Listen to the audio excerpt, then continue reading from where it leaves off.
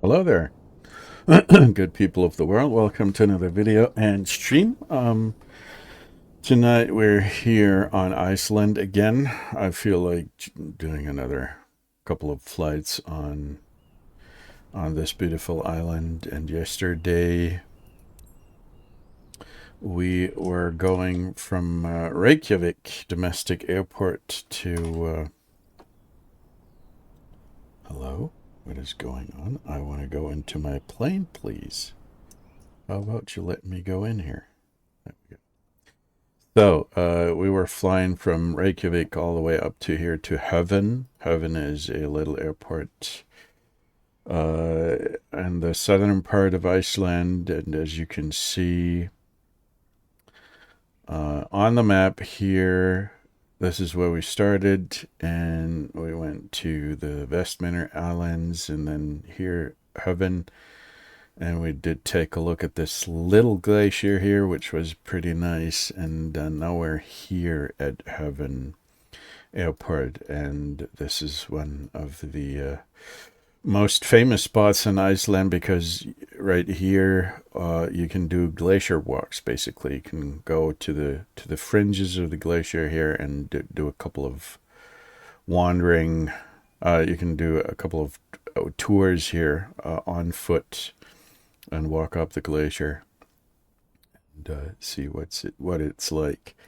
So, but we're pretty short on fuel because last time I did not plan to go as far as this, but we did. So right now we don't really have a very good, very lucrative mission. We need to go from Höfn to Hornafjörður. It's a little bit difficult to pronounce.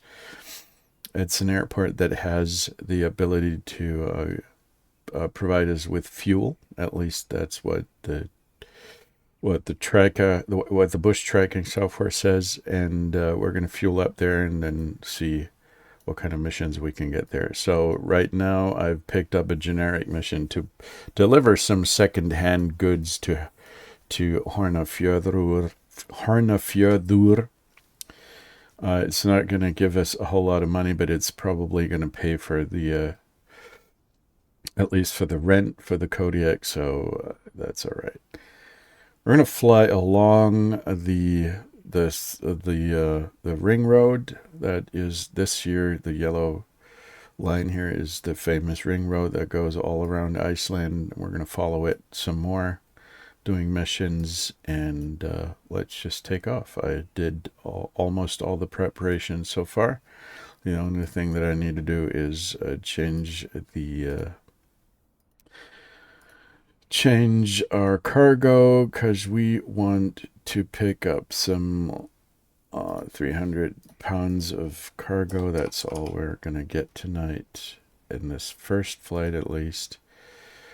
The fuel is supposed to be at 42 gallons. That's not a whole lot, so we're going to put in 21 gallons on each side. There's not a lot of margin for error at this particular moment, so we should not do any stupid mistakes.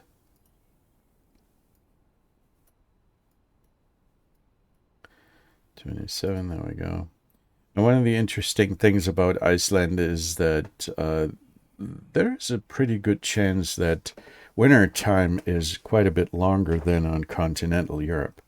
So, as you can see, it's basically you've got snow cover. The entire, you cannot even see the runway because there's so much snow here. I know approximately the direction where the runway goes, so that it's not a problem for us to take off here. But as you can see, it might be difficult, as you could see yesterday if you took a look at the live stream. It was almost impossible to determine the runway. So turn on this whole thing here, cut off, shut down, or vice versa. We're at NG20. We can start to introduce the fuel. Here we go. ATT peaks out at 600. That is not really a surprise considering the outset temperature of 3 degrees. We can already go ahead and activate the pitot heat because it's cold enough, I would say. Generator on, all this stuff off, standby, here we go. Let's put the trim wheel, let's put the takeoff, for crying out loud, the elevator trim to takeoff. And I'm going to have to take a quick look what the wind conditions are like here, because in Iceland these conditions can be pretty challenging. Let's see what it says for the Westminster Islands. They're a little bit below, so that is the closest spot that we can get information from. It says runway 34 is preferable because of headwind of 1 knots. I don't know. No, I think we can do runway 16. We're so light today, it's not much of an issue. There shouldn't be too much wind here right now. We can already turn on windshield heat because it is going to freeze up. And then prop full forward. And our destination will be the airport of Bravo India Hotel, November. I already put that into the flight computer, so we're basically good to go. Let's see. We are good to go. I want to reset my view here. High idle, release the parking brakes. Since I have canceled my say intentions subscription, there won't be. Hello? I won't be talking to synthetic. What is going on? Are we kind of stuck here?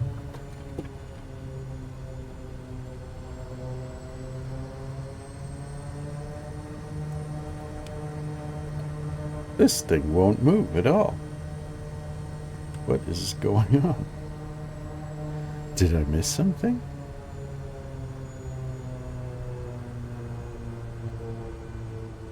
Do I need to remove the chocks manually now? That will be an not necessarily an improvement, but a change.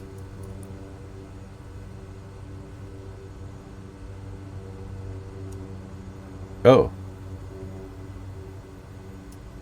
Why are we paused? There was an active pause. Whatever.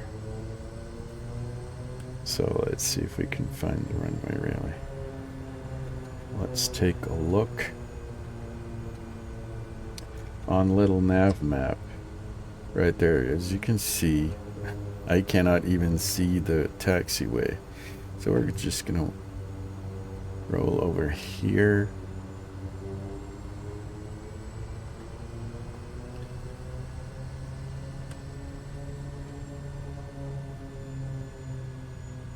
And make a left turn. Oh, there it is. We can see it on the ground. There is a little hint where the runway actually runs along. As you can see right here, it seems a little bit rough, and it goes all the way down in this direction. So this is our little indicator where the runway actually is. Okay. I need to reset the view once more. Now, flaps 20, trim is good, levers are good, autopilot, we don't necessarily need one right now. And pitot heat is on.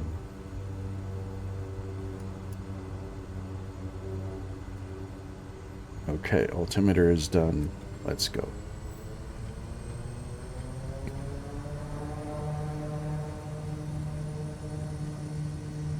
We're gonna have a little bit of tailwind here, but not a whole lot, so we should not have any issues taking off.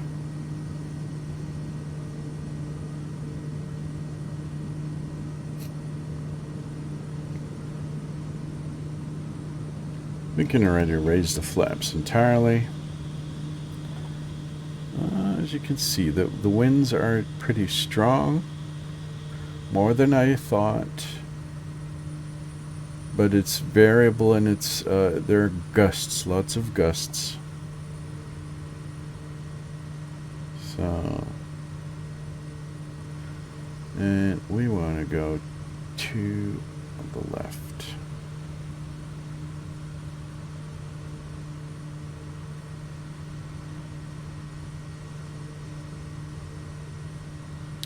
Now we're going to fly around this mountain here.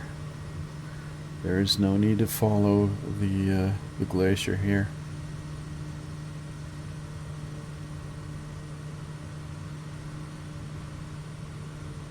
But as you can see, we do have quite a lot of crosswind. We're going to adjust the rudder trim here.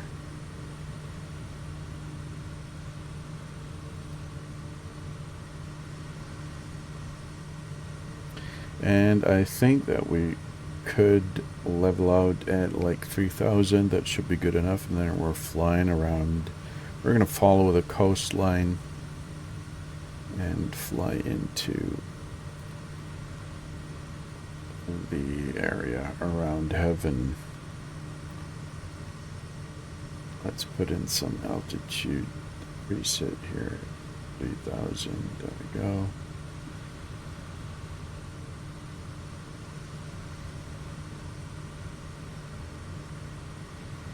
And we're going to fly heading because it's fun. Let's activate the autopilot.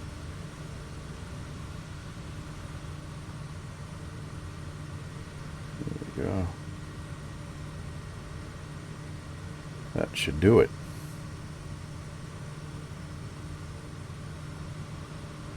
Now I can listen to some more Madonna.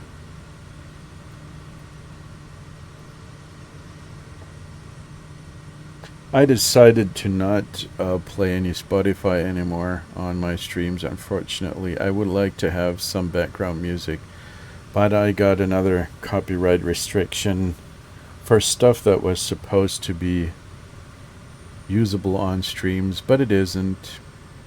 It was some jazz stuff, but YouTube decided that it would be copyrighted music, which it isn't, but I'm just not willing to deal with that kind of restriction. The music industry is one of the biggest shit shows on the planet, and I'll very gladly share my musical preferences with anybody who wants to know, but I won't stream anything anymore. It's just not worth the hassle, really. But I can tell you right here that there are not many institutions or entities on this planet that I despise more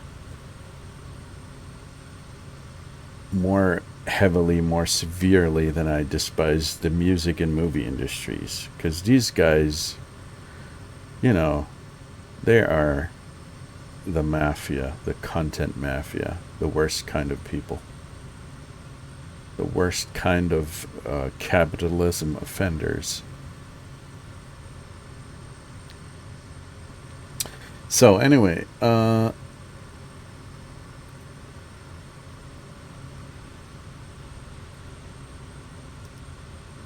to remove that audio source for good.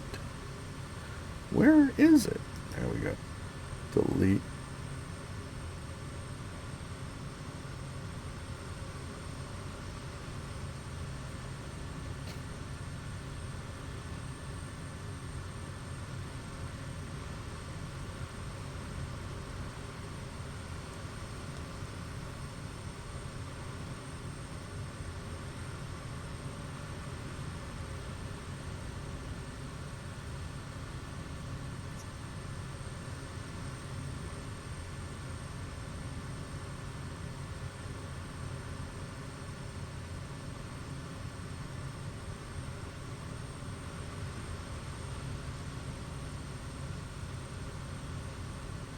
Look at the weather. There are massive cloud formations up ahead. Let's take a look at the radar. It's only going to work at a certain zoom. It doesn't look that bad, actually. It could be a lot worse.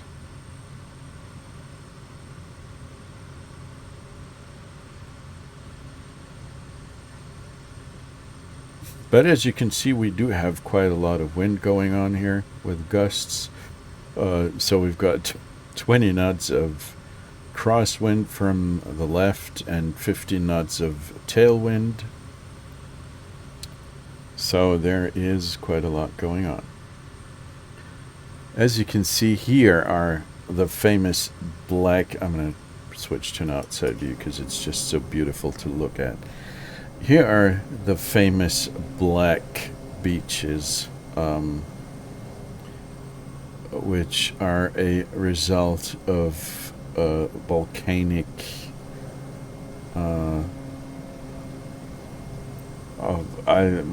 volcanic rocks, I would say. Look at that. They're supposed to be trees. This is not necessarily what it looks like in real life, dude. There are no trees on Iceland. This is autogen scenery.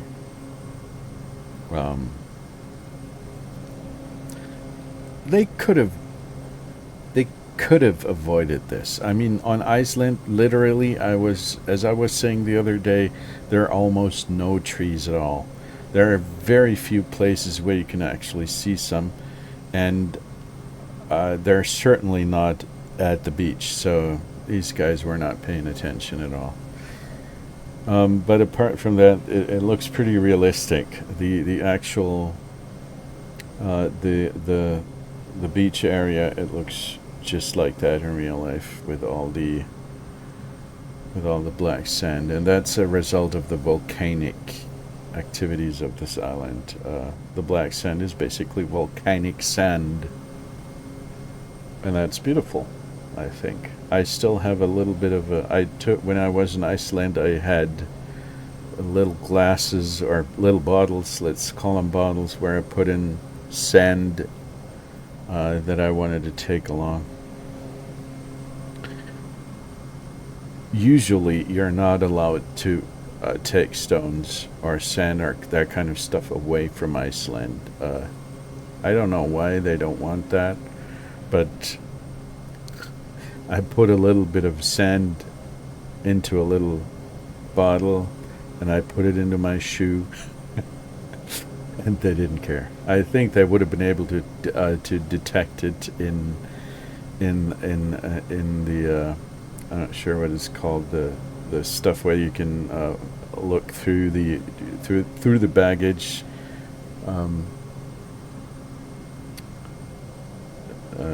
monitor what's inside the bags, but they didn't care.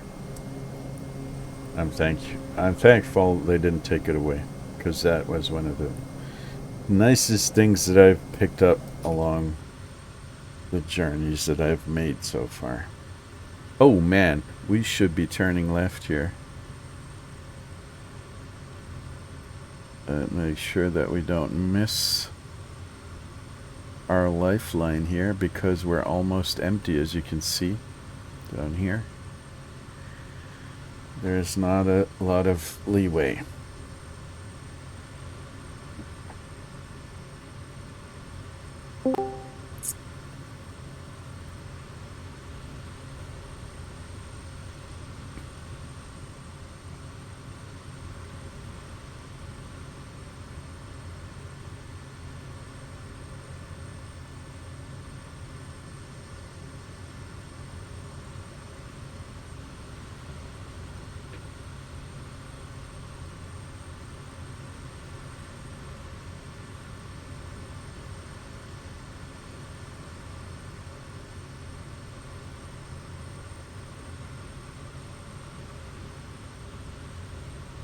Do we have Skinny sneaking up on me today? I don't think so, but you never know about this guy.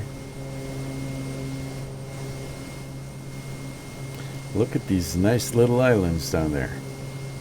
I'm not sure if they exist in real life, but they probably do. Oh, there is a little ship down there. That's my daughter's ship. Her name is Eleanor. And that's Ellie. That's her ship.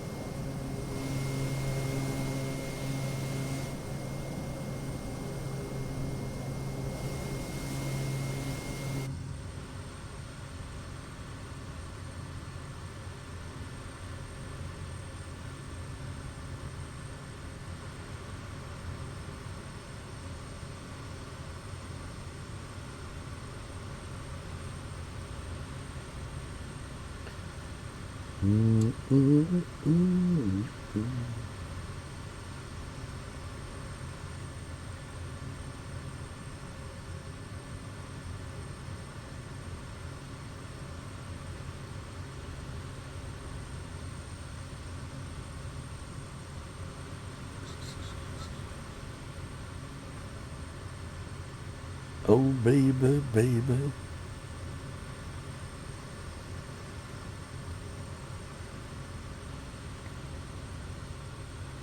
The other day I have read that one of my I cannot tell you why when I was a kid. Oh, let's start over. What was I gonna tell you? There's a singer songwriter who is called Michael Bolton. I guess a couple of people, some of the older guys, if you might know him. He's pretty famous for a couple of songs that he did. And when I was younger, for some reason, I did like his music. I still like it today, but when you're younger, you're not the kind of guy who listens to. At least I wasn't into soul pop stuff like that, and he does that. And the other day I read that unfortunately this guy has contracted glioblastoma. I think that's what it's called. It's an aggressive form of brain tumor, and he had to cancel tours. This guy is beyond. He's more than 70 years old, and he still was touring around the world and doing quite well physically. But unfortunately, the brain tumor kind of set him back quite a lot, and the prognosis is real bad with that kind of cancer. I sure hope that he's gonna live some more, just to experience his grandchildren. He's got 7, I think.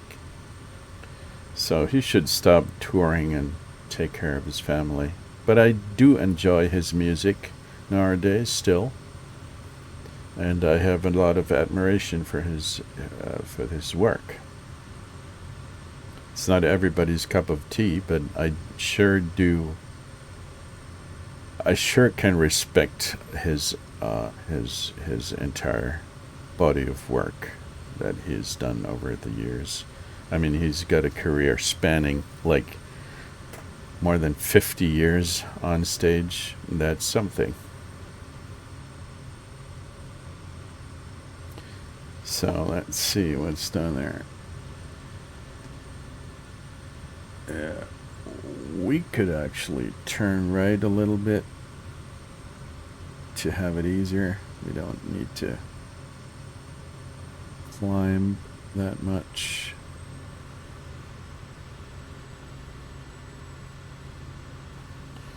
There we go. The snow is actually melting a little here, so we can see some of the nice landscape, some of the vegetation, flora.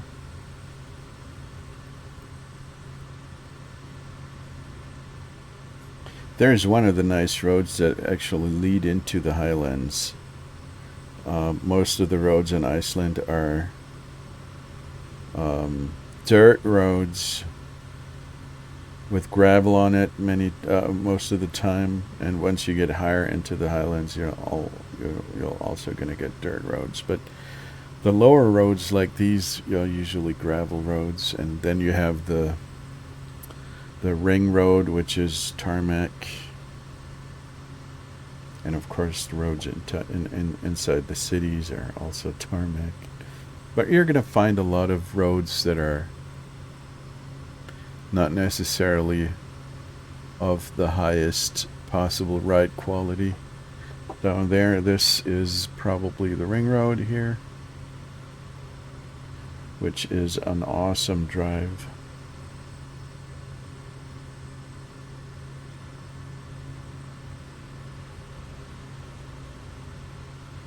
Oh, come on, Skinny. Move your ass. Where is this guy? He's online. I can see him on Discord.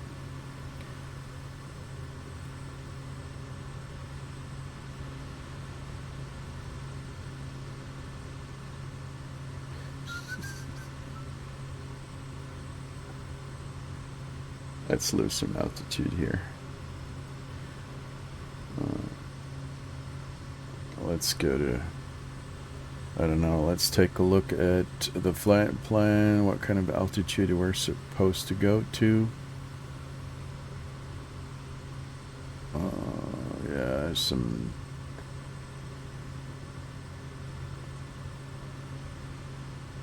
What kind of approach did this thing pick for me? That's not what I was looking for. I want a different approach. He was taking runway 18. We're going to do a visual approach here. The weather is very nice. Why not just do a visual? Okay. Now we can fly nav, actually. And we're supposed to go to an altitude of 800. So let's do that. Here we go.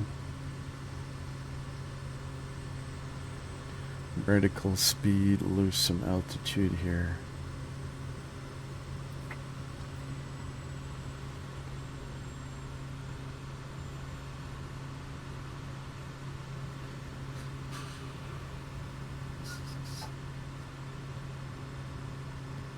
Zoom in a little.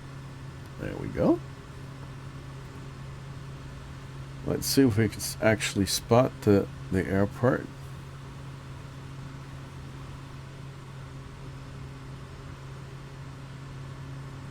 It is on the left-hand side, somewhere around here, I would say. Can't make it out yet.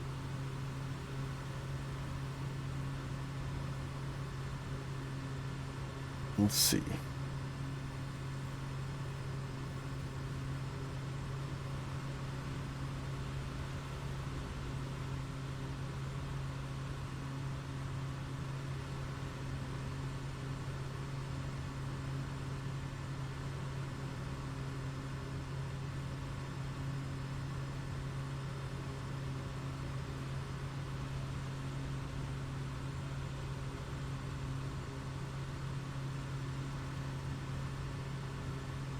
I think the autopilot is going to crash me into the mountain. Maybe we should be flying heading.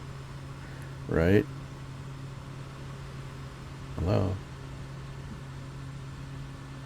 Other direction, please.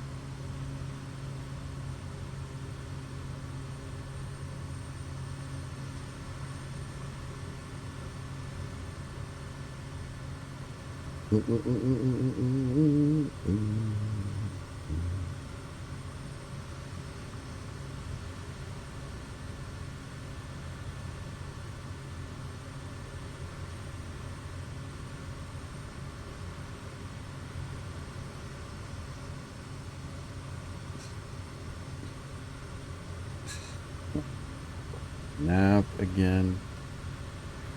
There we go.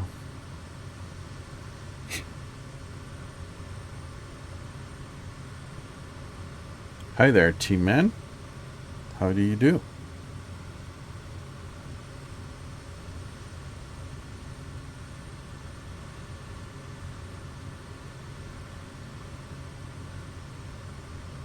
You do.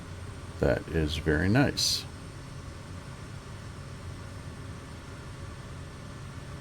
Thank you. Are you looking to sell something? Just asking, because usually when people start talking about how nice the stream is, they want to sell me some artwork. I don't mind, but I would love for people to just talk with me, chat with me, something like that.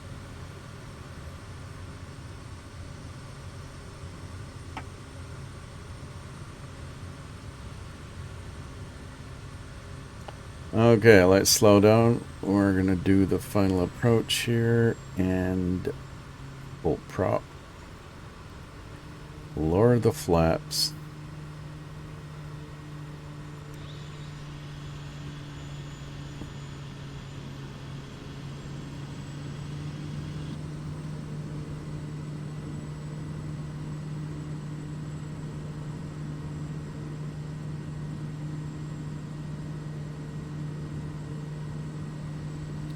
I am not looking for sexual interaction on my stream. If that is what you're looking for, then I would really suggest that you leave.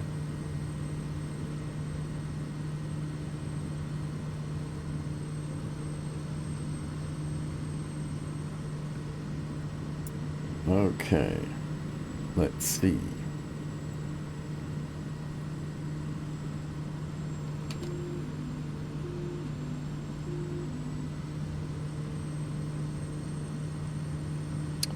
Flaps 20 for the final approach. We do still... No, we actually have headwind. That's awesome.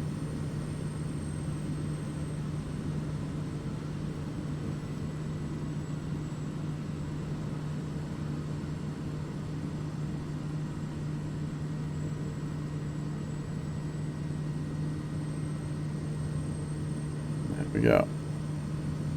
That looks pretty good so far. Let's reduce the speed.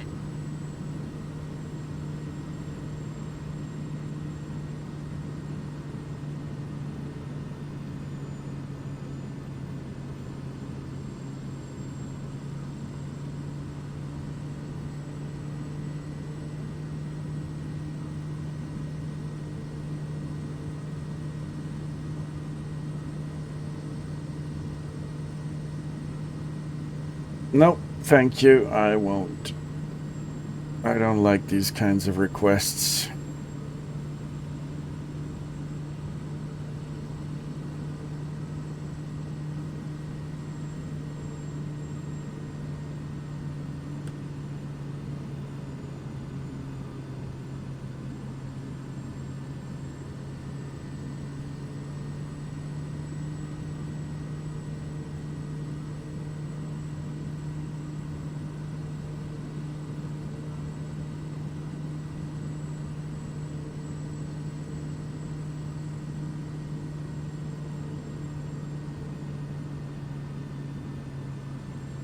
Okay, that looks like... Oh, that was a little bit of a downdraft there. Oh, holy Lord. So, here we go. Now we're good. That was a little bit strange at the end there. Raise the flaps.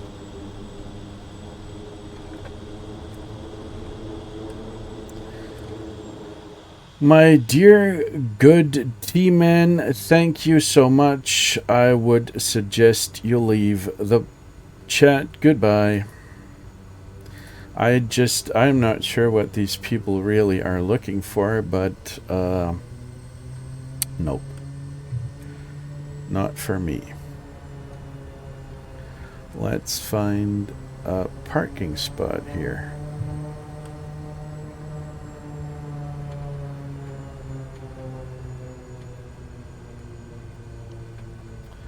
Is that the parking space there? It looks like it. There is a fuel station.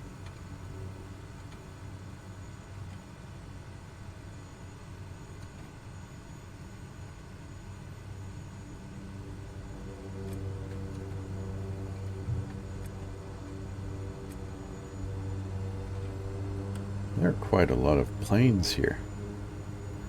Look at that.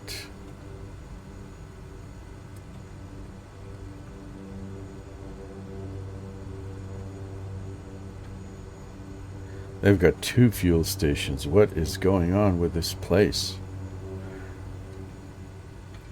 3. Dude. Okay, parking brake. Cut off. Shut down for a minute. And let's go ahead and end this flight. Submit PREP. There we go. Now we can actually go ahead and fuel up once we pick up the next contract.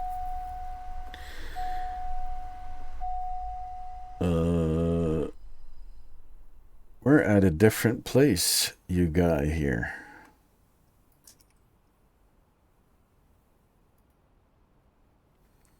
I am at Bean, please.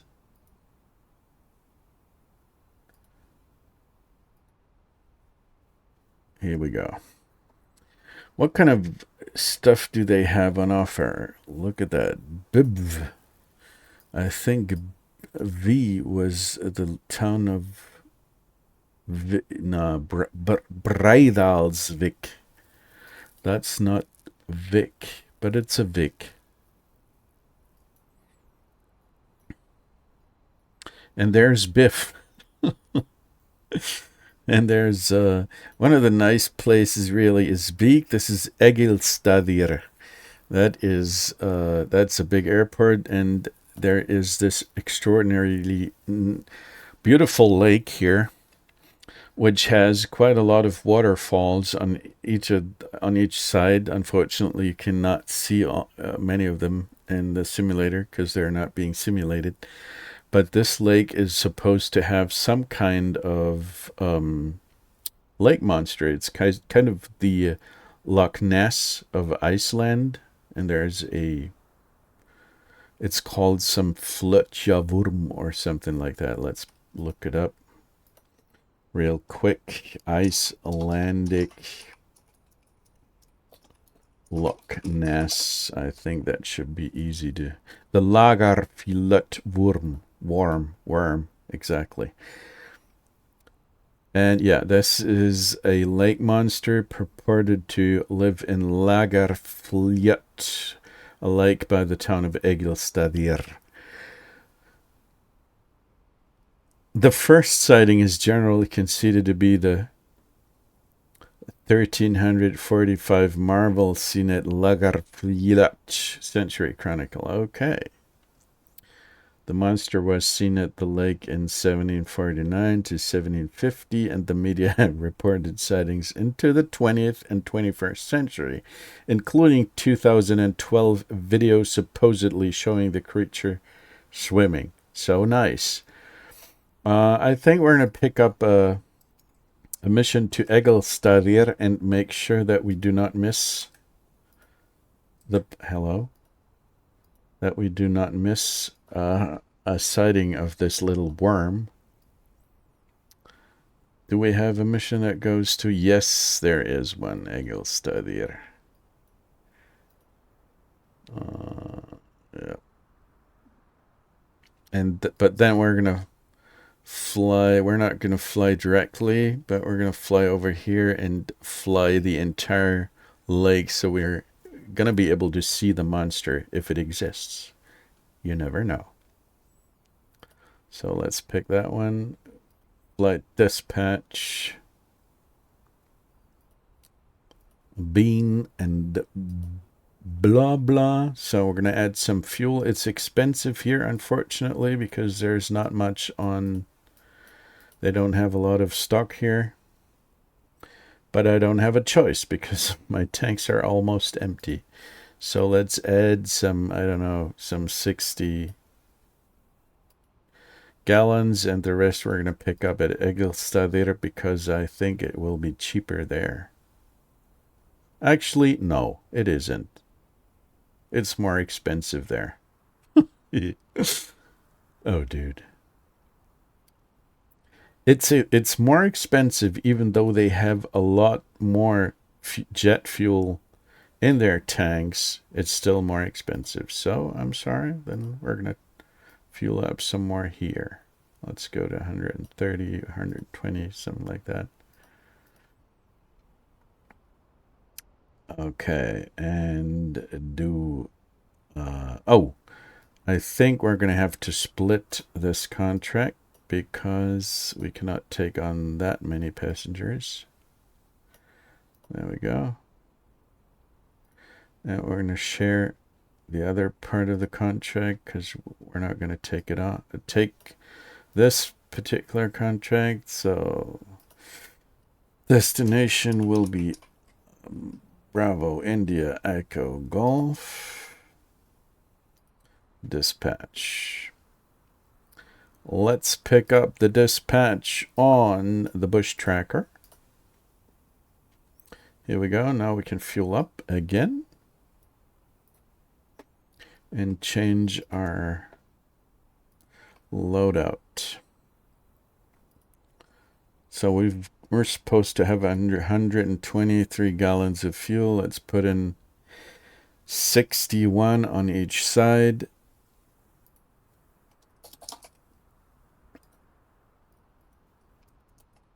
There we go. And we're going to put in some passengers here, like 170, 170, yawn, 100 and, oh man, come on, 170, another 170.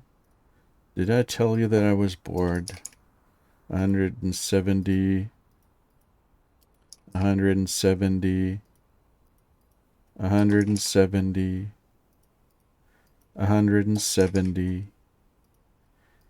and 170, and we're good, I would say.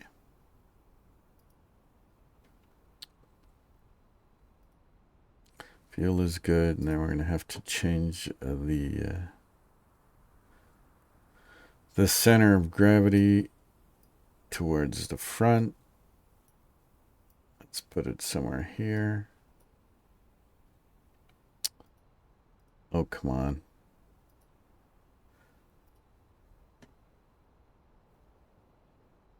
Okay. Restart the engine.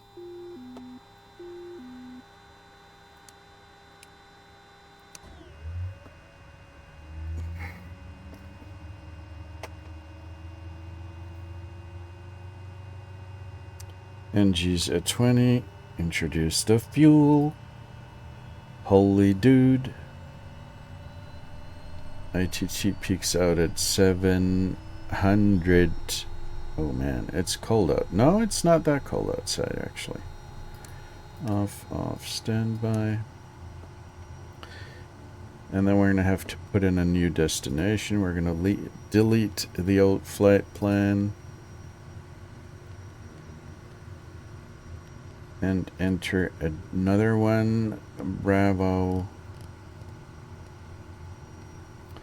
India Echo Golf. Yep, there we go. That looks good. Oh, look at the windsock. Oh, dude, there's a lot of crosswind on that runway. Let's take a quick look at little nav map and find out if there is any relevant information about the current wind situation.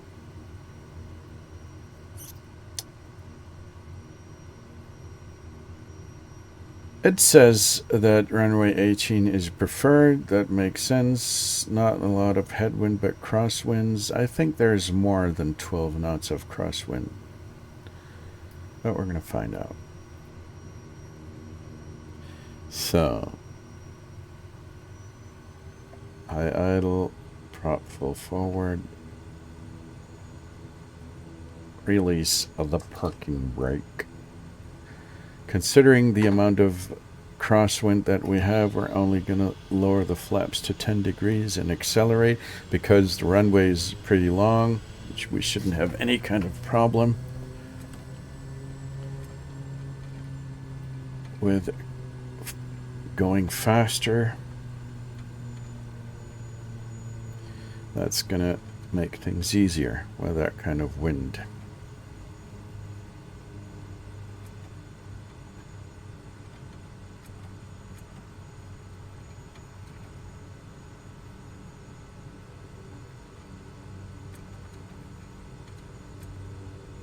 Okay.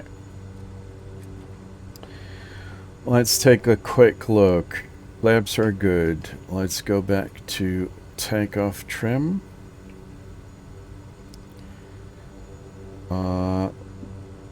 The autopilot is okay, I guess. We've got the lights on. We've got the stuff off. We've got the off the stuff.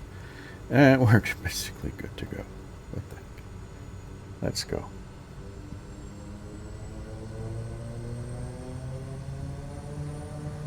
Let's build up some torques. There we go. Yeah, we do have some headwind, which is nice.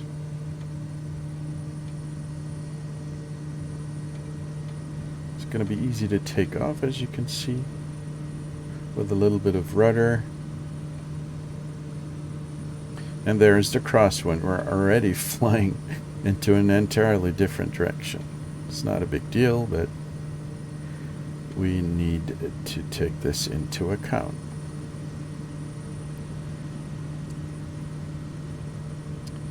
So let's turn left here. Raise the flaps.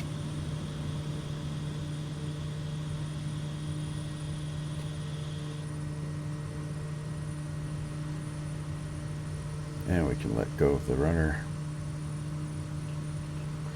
Trim the nose up a little bit here and make sure the altimeter is right. So now, what we could do to make things a little bit more interesting is to actually fly we can do one of two things. We could fly the glacier, or we could fly the shoreline. Both vistas are exceptionally beautiful. I think we're going to fly shoreline for now because we can follow the what's it called, the ring road, which is pretty nice.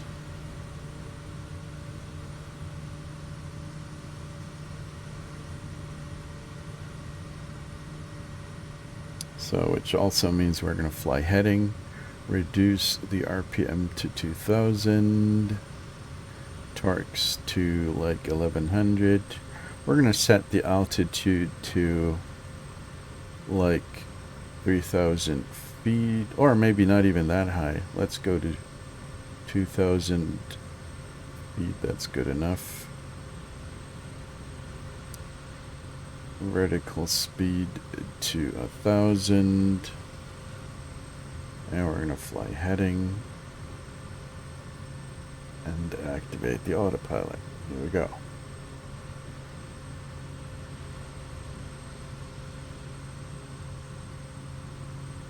Maybe I should activate the heading mode so that we don't crash into the mountain. That's a good idea. Look at these awesome mountains here. These formations, they do look like this in real life. It's a pretty accurate depiction of course, there's a little bit of distortion due to the textures being stretched out, but still the overall look and feel is pretty similar to real life. So that is awesome. And here's another nice black beach. And these trees have no business to be here.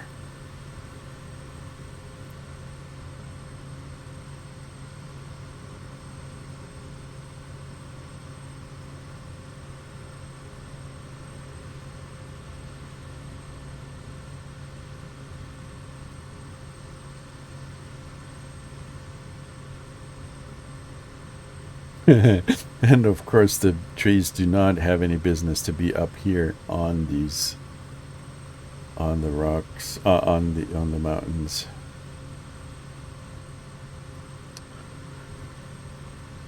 If you're flying over Iceland for a longer period of time, it would actually probably make sense to turn off the auto gen trees, because they shouldn't be here. I think there's an add-on somewhere where you can turn off trees entirely.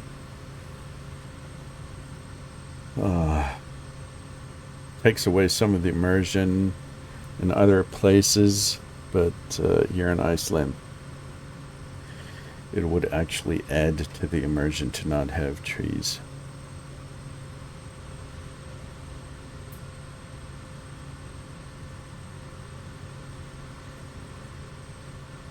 Oh yeah, I almost forgot. We wanted to fly towards this nice little lake with a Lagarfljót worm. I'm not sure what it's pronounced, how it's pronounced, but the Lagarfljót worm, something like that, maybe.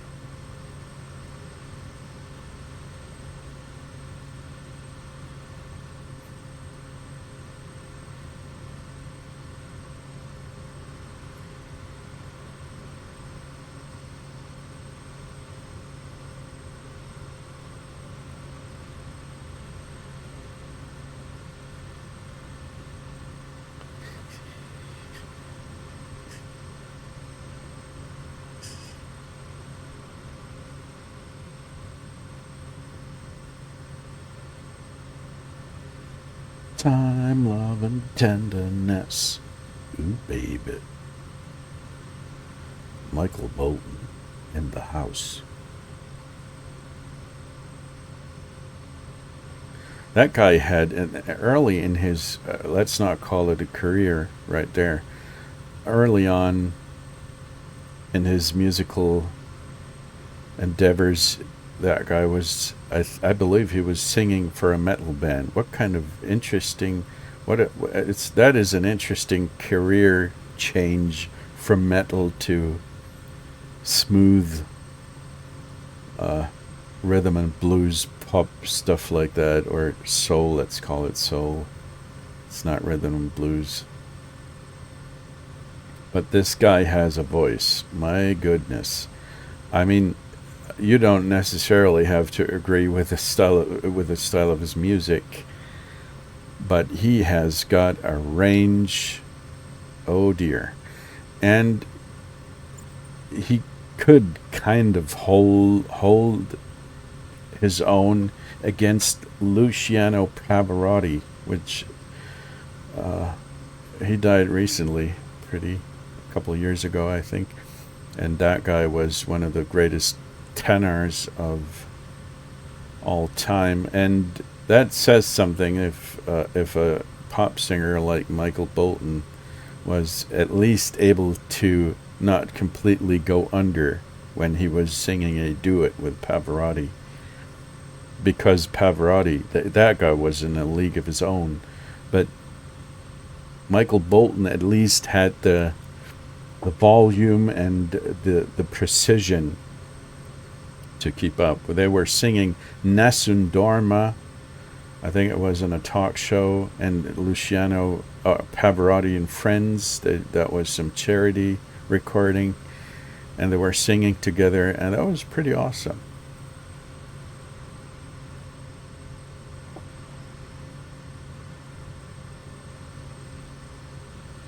I think we should go ahead and pick up some altitude here because we need to go over the glacier here.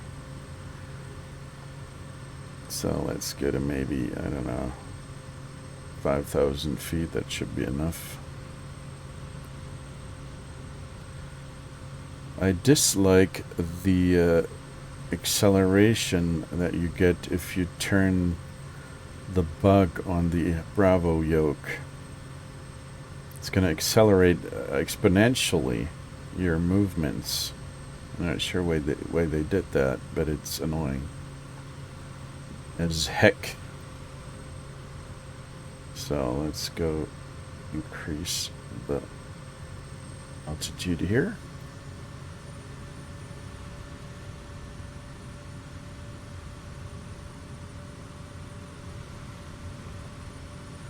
Isn't it beautiful here?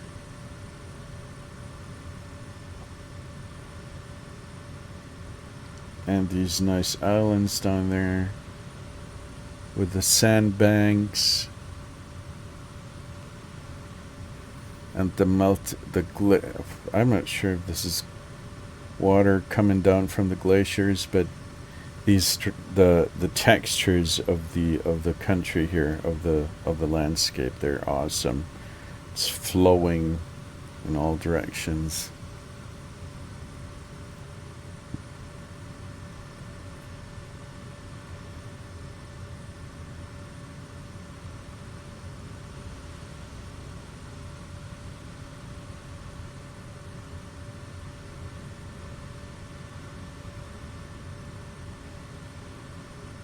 Hey there, guys. You good? I think they are.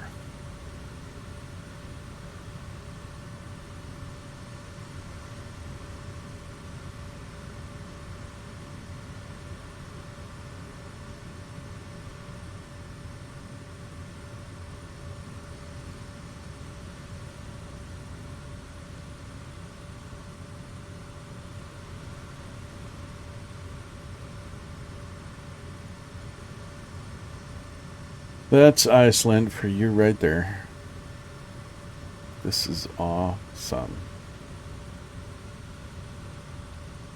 And it's doubly awesome from the air.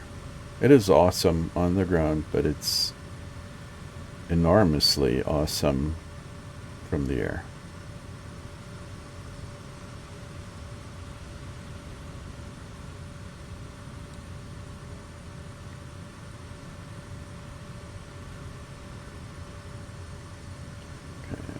Good, let's turn right here.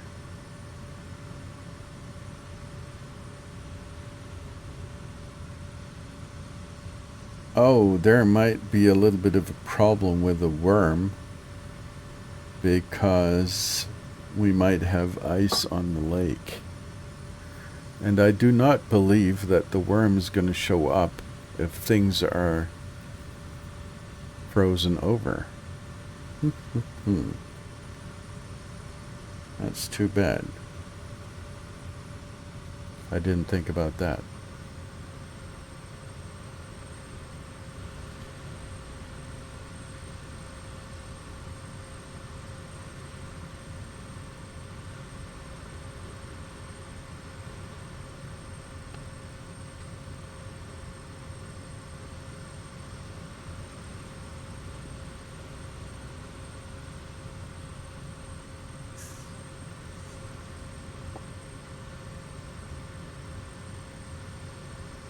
I think this is the lake right there. We might be able to at least see some water, and maybe the monster is there. You don't know. It's gonna melt its way through the ice.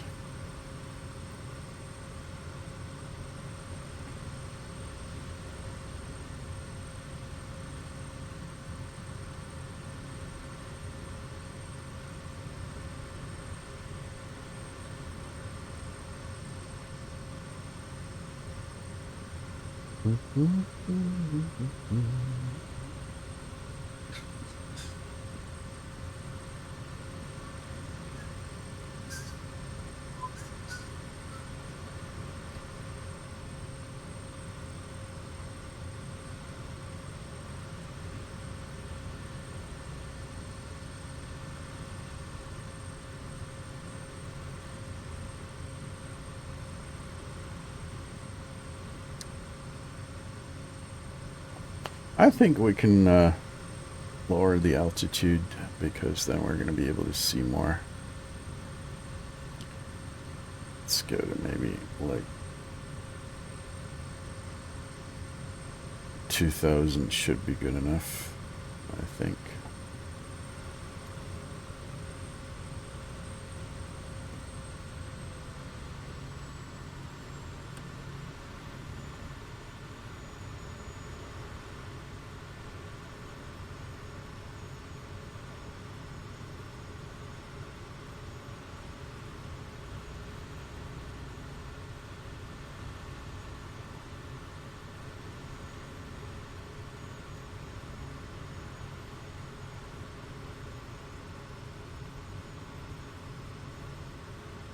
I think the actual lake is up ahead here. We might be lucky. Doesn't seem to be frozen over.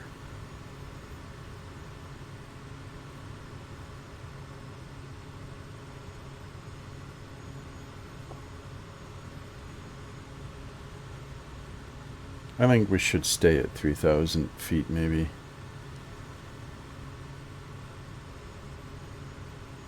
Or at 3.5, something like that.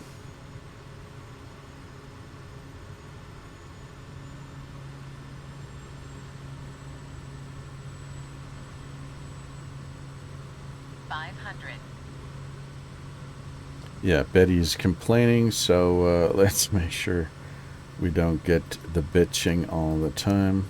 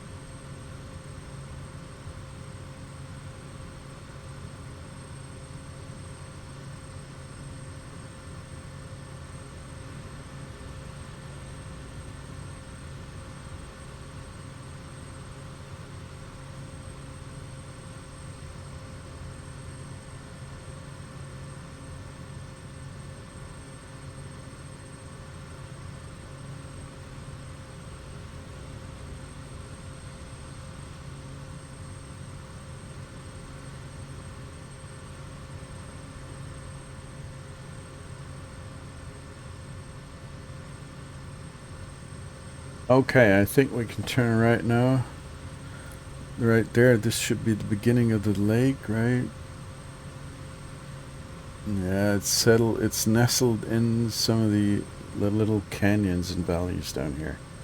So let's make a right turn.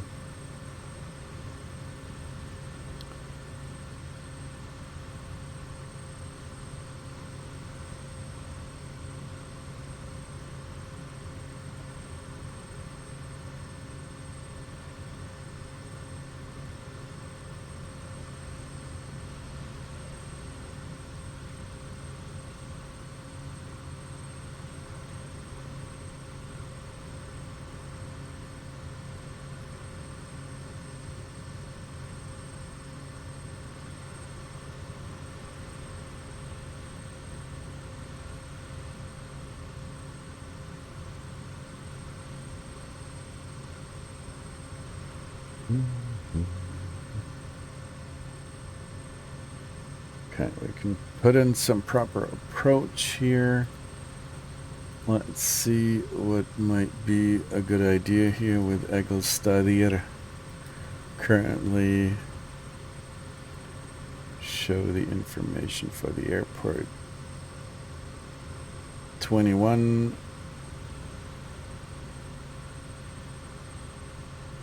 with 9 knots of headwind. Okay. So let's go ahead. Enter. No, stop. Go back. Straight. There we go. Yes, please. Thank you. We need to actually activate nav for now because that is exactly the direction that we're supposed to fly along the lake here.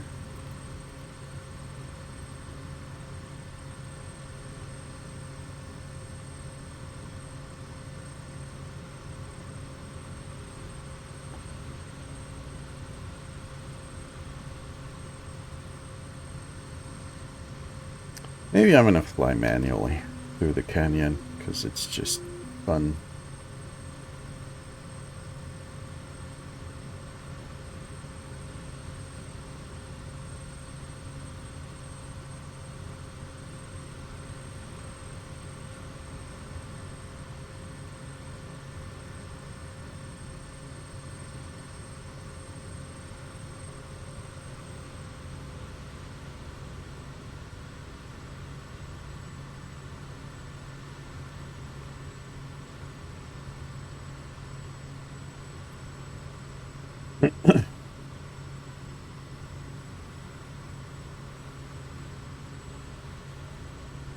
I was flying with the BushDivers group the other day.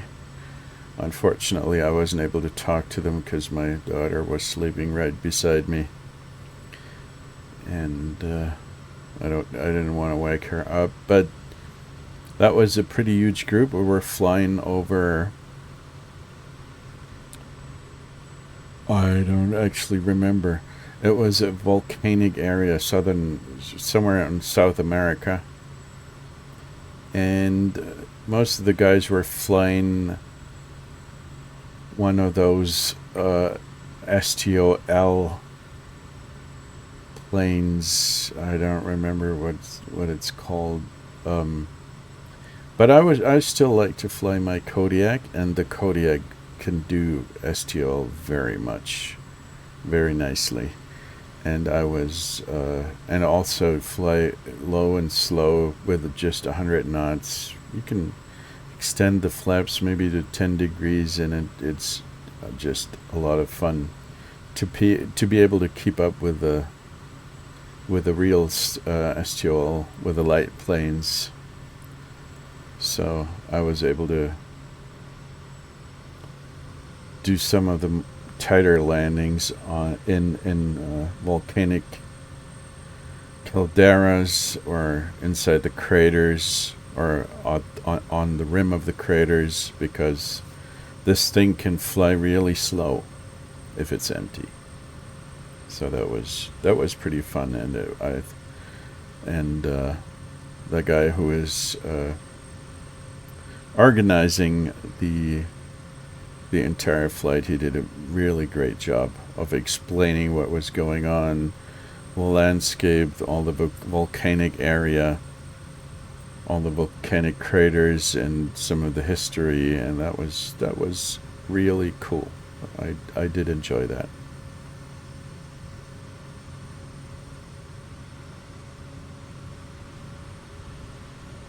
Now, we're still looking for the worm here, but the lake is only beginning right now up ahead, as you can see right there. This is the actual lake. It begins right here, and we do have a little bit of a river down here.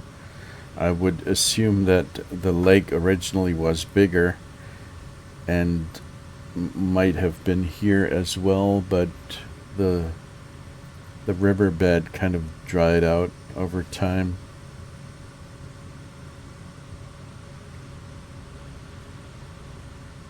So let's be on the lookout for a little monster.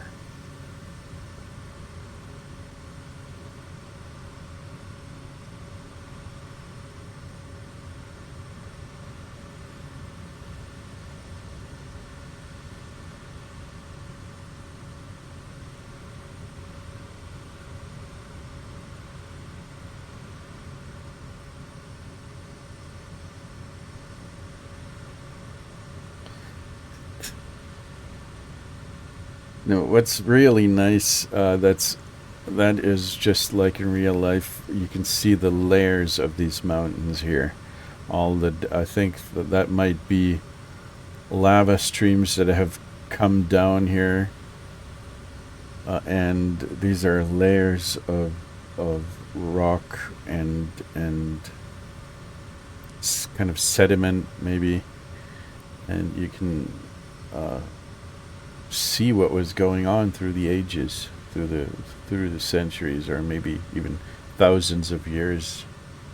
And that's just like it looks in real life, so it's a pretty accurate depiction here in the simulator.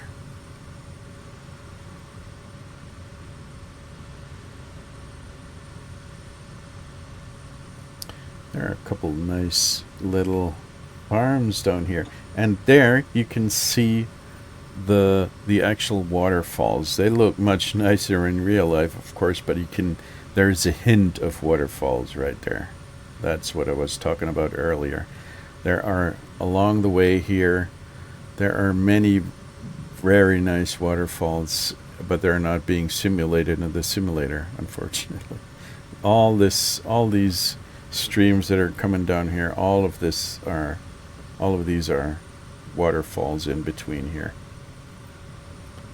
And of course, this is utterly beautiful if you look at it in reality.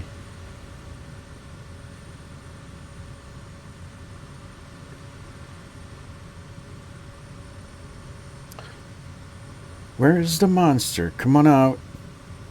I'm not biting. And even these little waterfalls down here, they are a sight to behold. It's just so beautiful.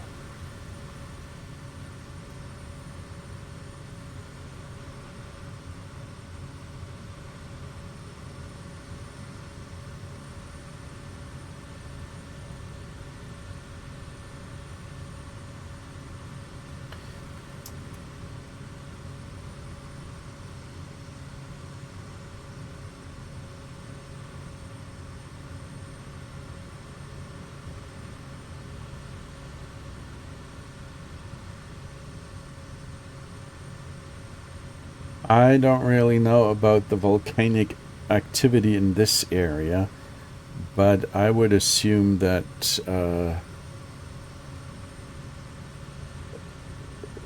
even in this area, it might sometimes be dangerous if the lava comes down from one of these peaks. I'm not sure when. There are certain areas in Iceland which have volcanic activity quite often, but I'm not sure if this is if it's actually in this area here.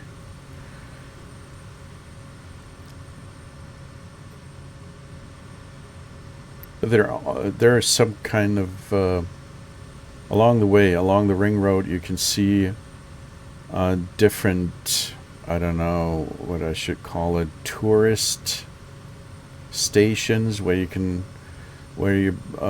pick up some information about what is happening when volcanic activity actually begins, and what kind of problems the people will have to deal with being cut off from civilization, because the roads are gone and you cannot move by car. So the only chance that you have, you can either, if you're living in coastal areas, you can maybe move by boat, or you're going to have to rely on air support. And that's something that you're going to have to deal with physically and mentally, being dependent, or you need to be independent, at least for some time, so you're not going to starve, or you need to have important stuff stowed away somewhere so you can take care of yourself for a couple of days, at least. But that can also happen during winter time if there is so much snow and ice that you cannot drive the roads anymore. That tends to happen as well. So Icelandic people are usually they can be self-sufficient, especially if they live in remote areas. So, I mean, this is not something special. There are other areas in the world where it's similar, but I have seen, or I have picked up some of these stories while we were there, so I know at least about the Icelandic situation a little bit.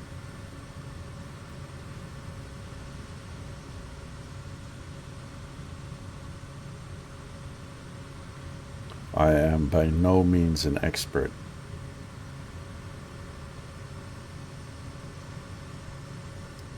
So the actual airport should be on the right side, coming up pretty soon, right there. We could actually go ahead and flight to the right. Or we could activate autopilot right now. And it's going to lead us. And we're going to change the altitude to some. No, wait a minute. I want to flight nav. Yes, please. So we're going to change the altitude to some 1,200 feet maybe.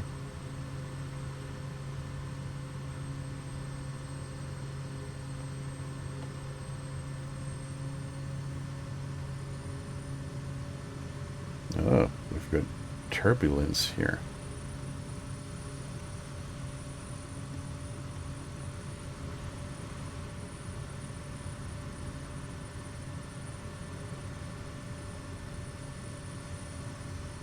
So there we go.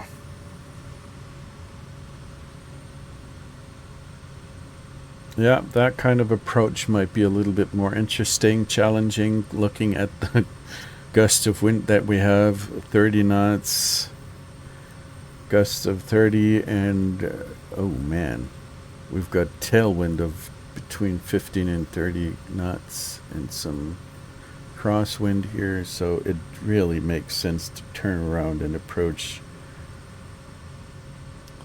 the airport from the other side. There we are. This is the runway.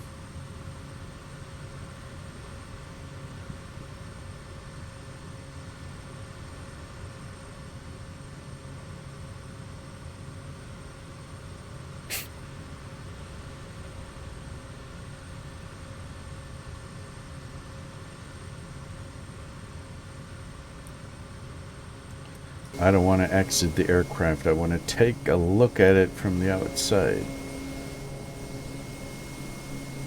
That's my little defragger plane.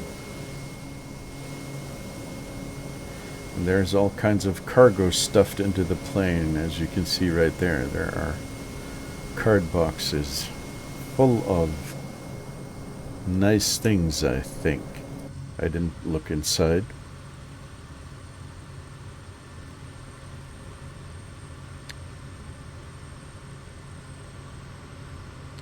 We can slowly and steadily reduce the speed here to be able to make that tight turn towards final. Lower the flaps, 10 degrees.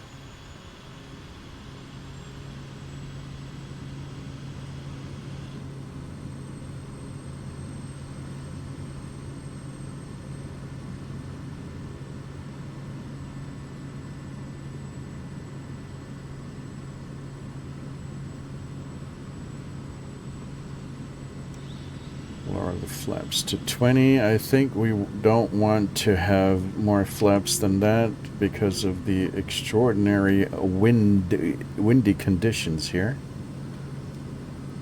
Look at the headwind. We've got 30 knots of headwind almost, and quite a bit of crosswind. That should be an interesting landing.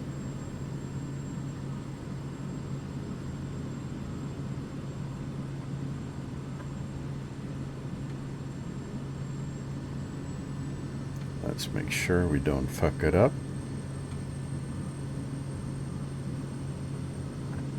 Put in a bit of rudder.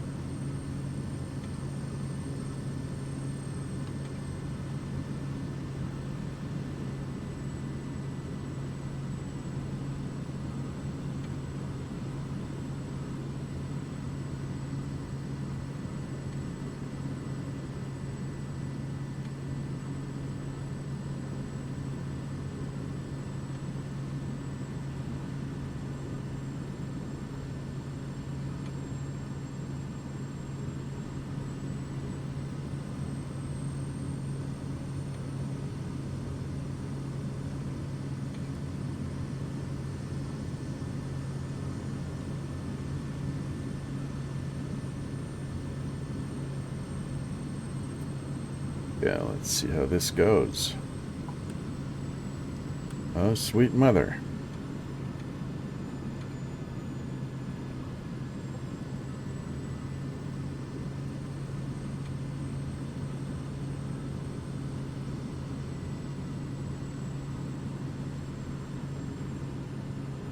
These gusts are nasty.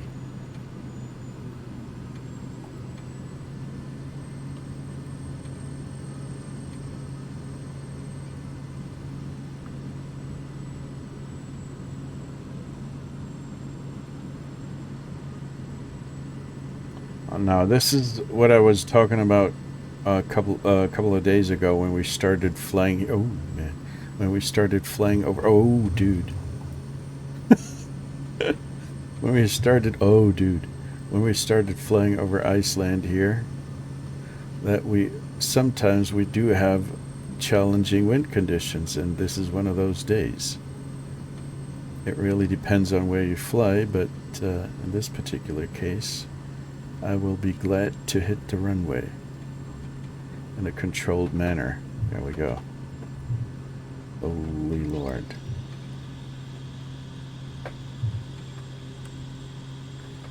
Okay. Let's find ourselves a nice parking spot and unload the guys who have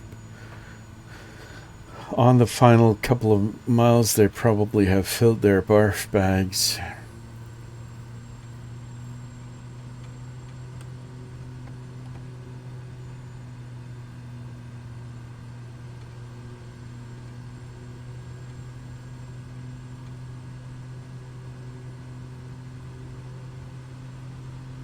Fortunately for us, the runway is long and very wide, so that wasn't too difficult.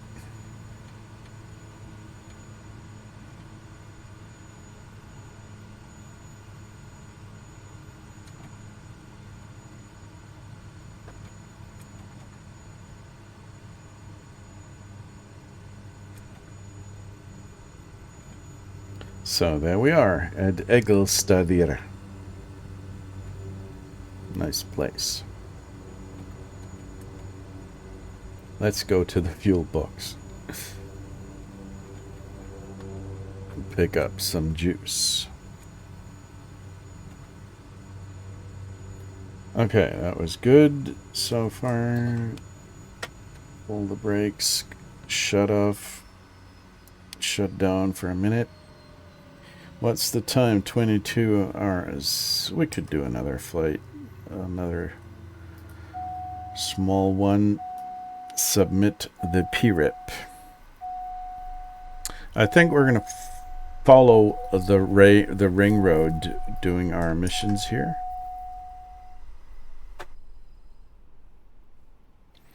Let's take a look at the finances.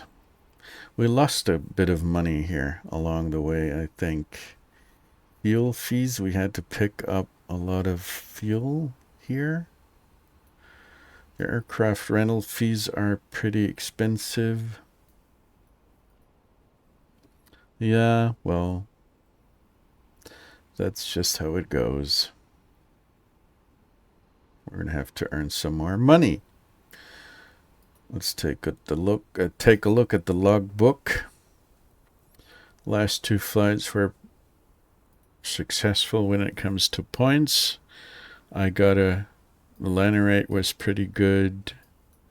I did earn a couple of points because the flights were longer. That's good. And let's take a look at the profile.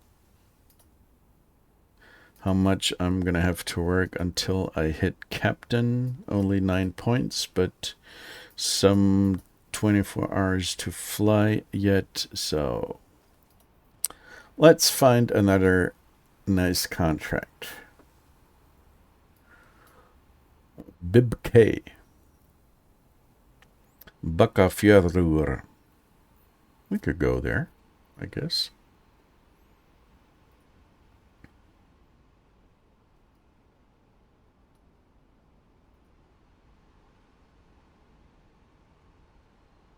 "17 villagers and some 8 missionaries. Oh, dude. These guys, they could go by car, you know. It's not that difficult, really. There are roads going to this area. These guys are just lazy. Let's see what else is in store here. Biff. What is it with these people? There are roads leading everywhere. Biff. That one here is a little bit more difficult to reach, I guess. So, and the money's good. Let's do that. Earn some money. Flight dispatch. There we go. Bibf. But we're going to have to split it.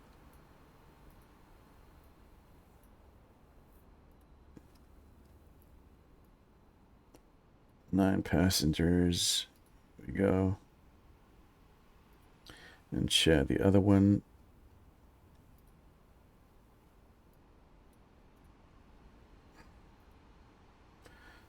Bib.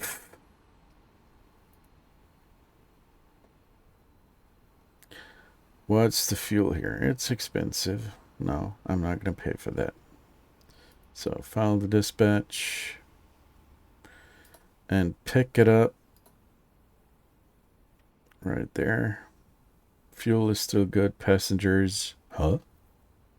Did I pick the wrong contract? Oh, well. Okay. Let's go ahead and do it.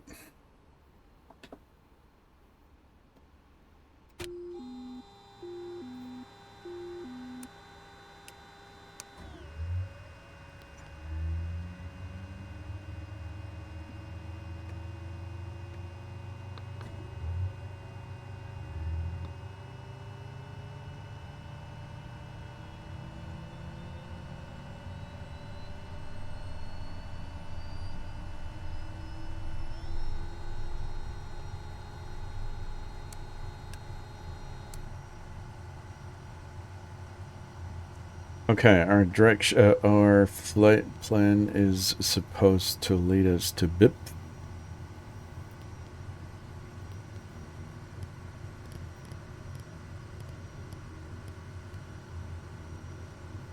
Bravo, India.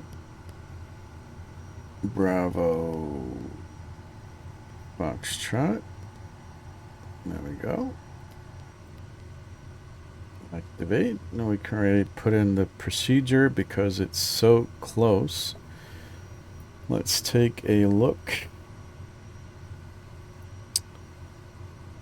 Yeah, it's a pretty remote strip. It's a dirt strip. I'll show you on the map here. So we are here at Egilstaðir. Now we're going to have to go here. They seem to have a nice little... I don't think that I've been here.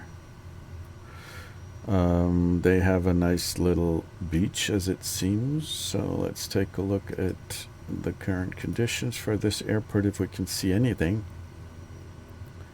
Interpolated weather. We'll see. It's nestled into this little bay here. Maybe the winds are not that strong down there. We'll see. We're going to make a flyover and examine the conditions right there on the spot. But we can put in, I think the only option of approach really is runway 19. Looking at the surroundings, there are lots of hills there. Let's put in 19 for now and see how this might work out.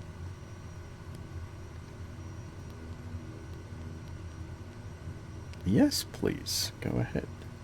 So, prop full forward. I'll release the parking brakes and off we go.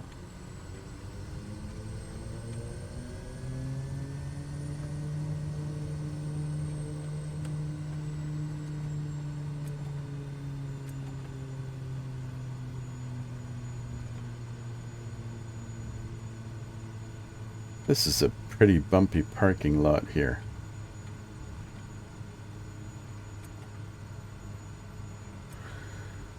I think, yeah, we're going to have to take off in this direction.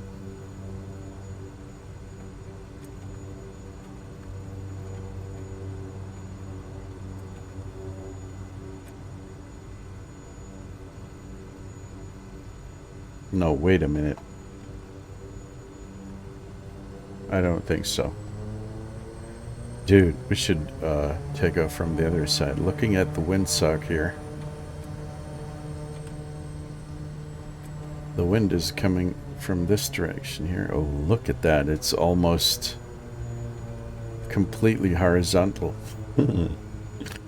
Okay, let's go to the other end of the runway and take off within 100 feet maybe.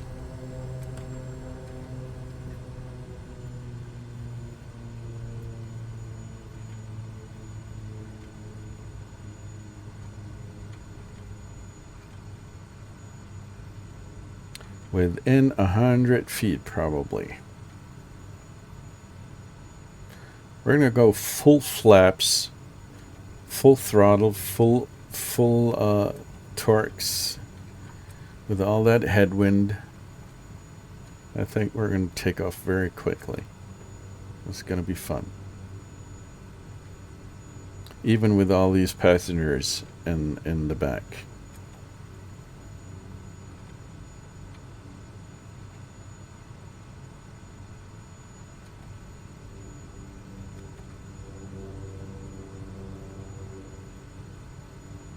So there we are.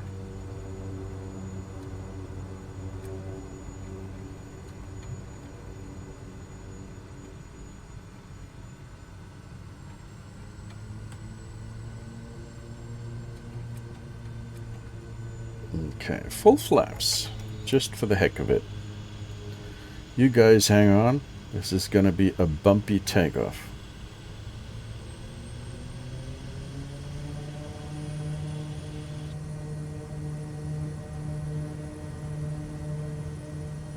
Let's not kill the engine here unnecessarily, and away we go.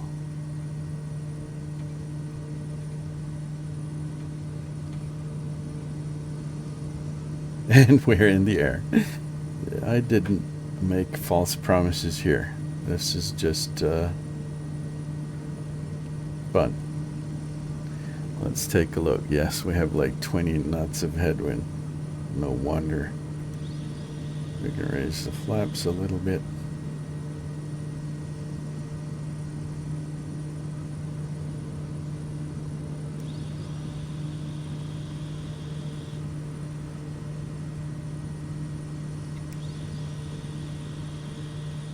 No, let's just turn around.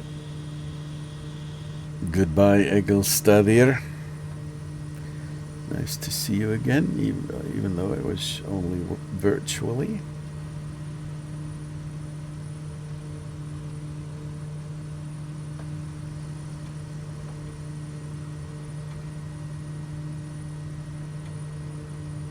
That crosswind is a mean mofo, really.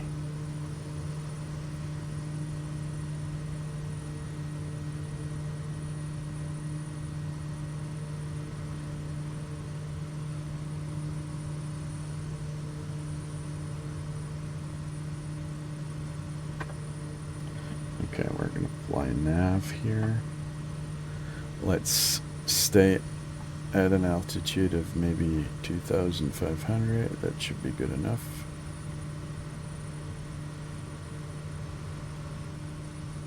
Vertical speed of 1,000 feet.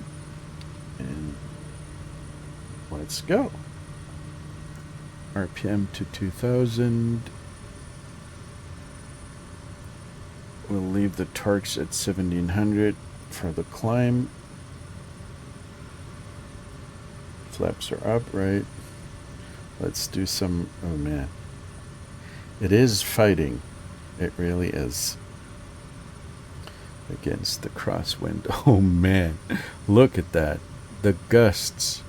25 knots, 35 knots of tailwind and crosswind. That is what I call windy.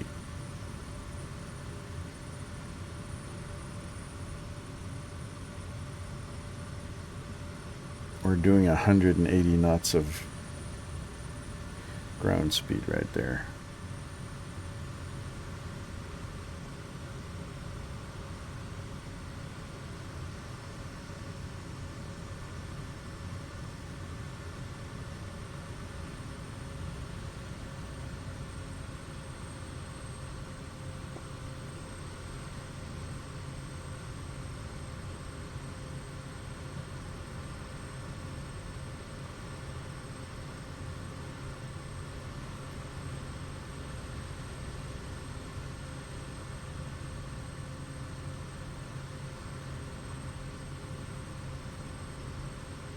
Yeah, the autopilot is fighting the tailwind very hard.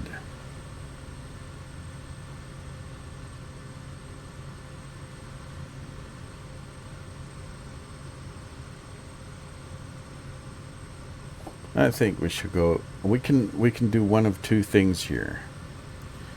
We could follow the... No, we're not going to fly over the mountain. We're going to fly heading and fly around this mountain here, because that is easier and less dangerous. So let's follow the coastline here and then make our approach from inside the bay. That's easier. Or what we could also do, fly through these mountains here. Oh, I'm going to fly manually. Let's see.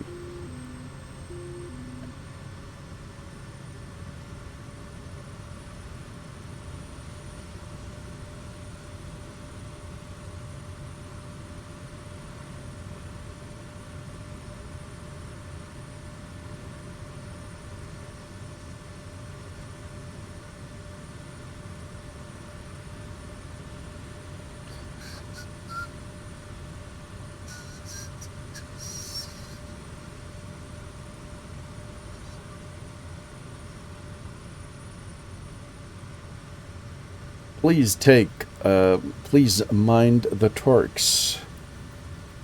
Defrag dead, otherwise you're gonna ruin the engine. Yes, sir, I will.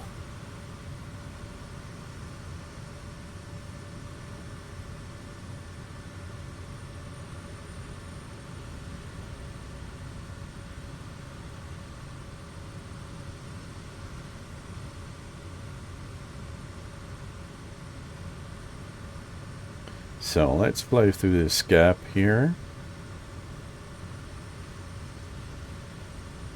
And hope we're not going to get pulled into the mountain. And then fly down the slope here, because the airport is nestled right there down here at the end of the slope. We can slow down and lower the flaps. No, that was too early. Holy Lord. We're still too fast.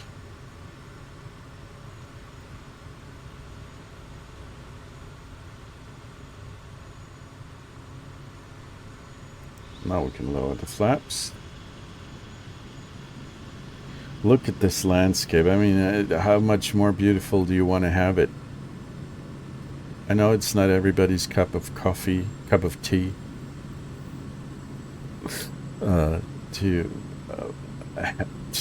if you're flying in these in such a desolate landscape that only consists of rocks and lava, and but still, it's really astonishing and beautiful. So the little airfield should be down there somewhere. But as you can see, at least they should have dirt roads that lead to this place. So they not necessarily have to depend on an aircraft. Look at that. Yeah, that's a dirt road.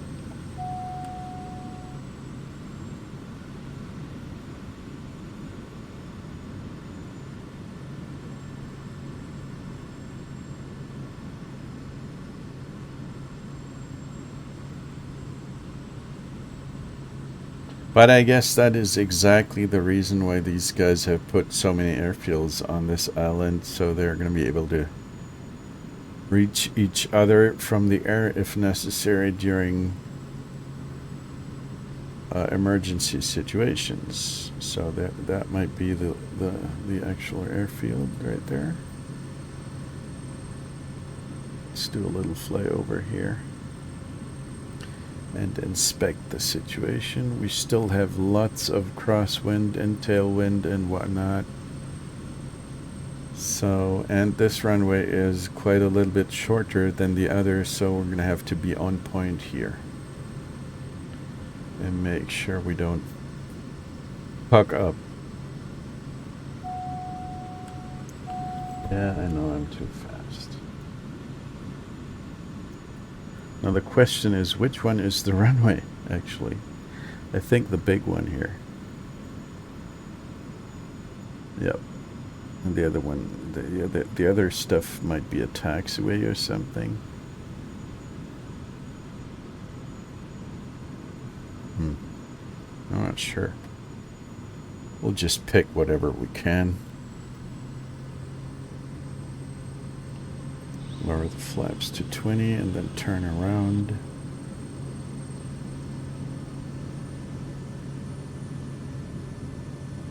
That is going to be interesting.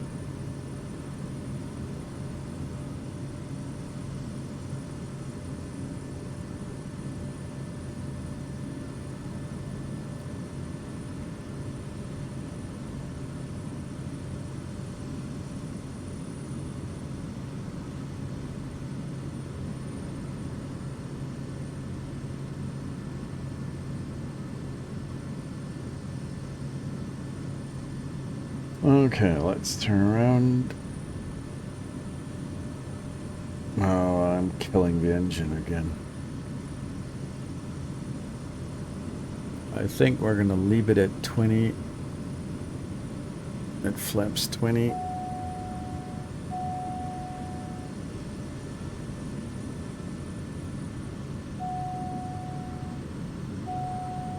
What is it? What are you complaining about?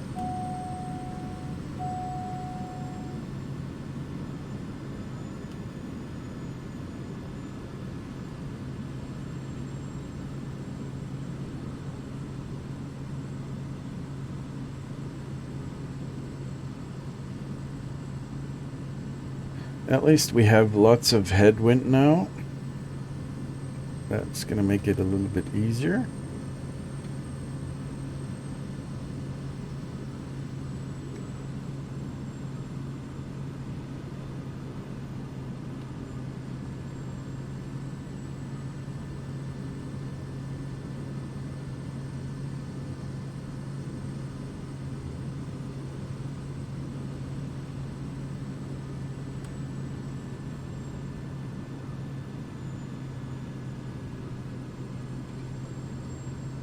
Oh, sweet mother of God. Stall. Yep, I know.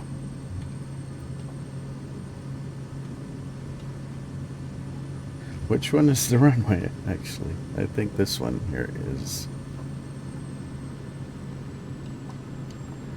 Come on. Come down here.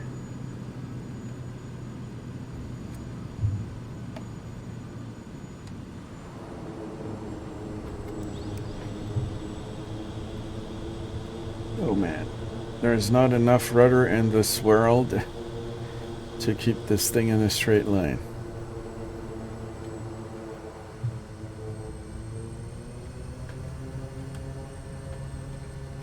The crosswind is killing me, basically.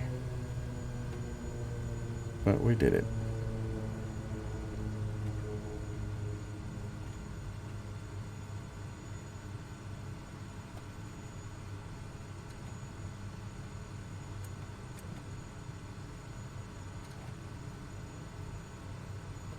Okay. Shut off, shut down, shut your mouth. Let's go ahead and submit the PREP.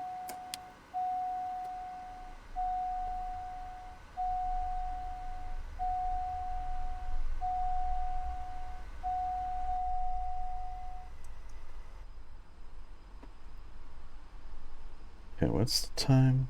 22:28. Oh, let's do another one. What the heck? Flight dispatch. What else do you have for me?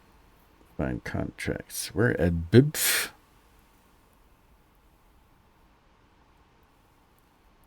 What kind of things can you offer? BC, that is a little bit too far away, I would say. Bitten, this looks good. We're going to take that one. Lawnmower, sure, during winter time.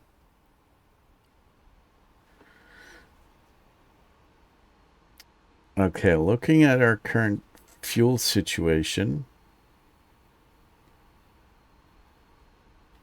But BIBF does not, Bitten does not have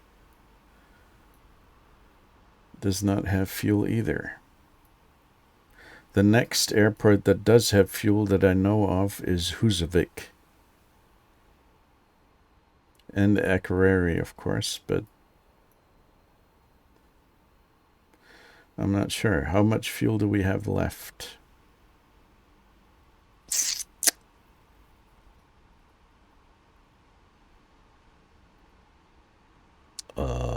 Go to rentals. Yeah, I know. Flight dispatch. Currently 81. I think that's good enough. Let's pick that up. For Bitten, we're going to have to split it anyway. Because that is a whole lot too much. We can only take on about, let's see. We're not going to take on much more than that because the weather conditions are difficult anyway. And it's going to bring us some money, so that's all right. Share the contract. And we're going to take on that one. Bitten.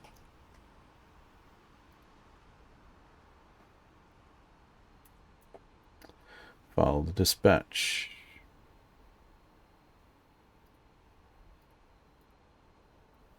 Fetch, dispatch. So one more.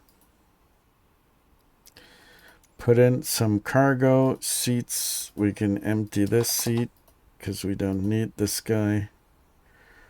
We're going to completely remove the cargo from the seats, but we're going to add some 1800. Let's put in 950 here. I know it's a little bit unrealistic, but let's put another 950 here. That's good enough. Fuel is still however it was. Load. So we're not quite there yet, but still heavy enough that it's going to be a little bit of a challenge. Fuel, there we go. Let's start up this thing one last time for today. On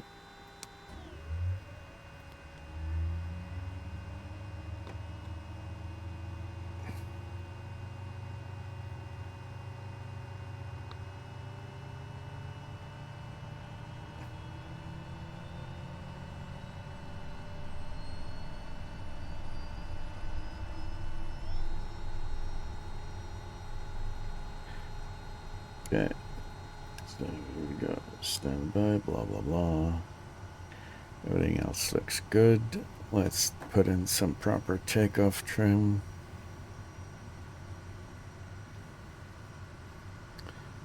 And flaps we're going to set once we have finished taxiing, because otherwise it's only going to make things less interesting. Release the parking brake and turn this thing around, please.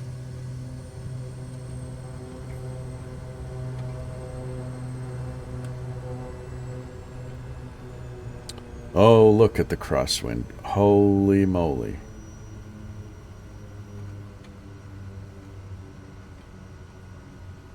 Oh, we should take off in that direction. This is not going to be fun.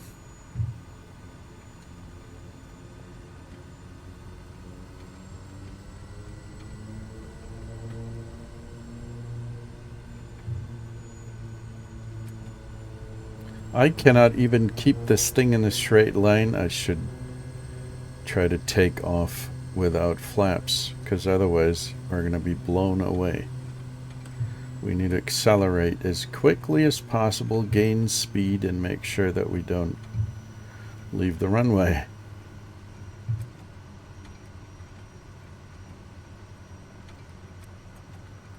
So, oh man, I'm giving it full rudder here. This thing is moving in directions that I don't want it to, but there's not a whole lot that I can do. So let's try to do this with at least a little bit of dignity.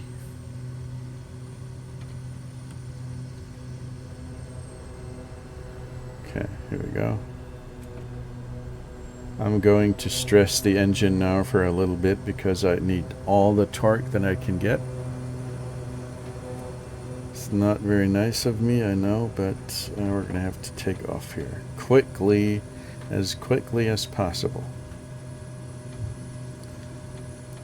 I'm giving it full left rudder. Oh, frick me. Oh, there we go.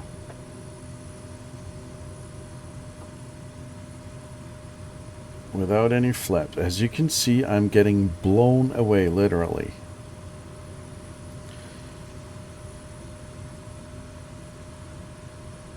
Okay, we can make a left turn already.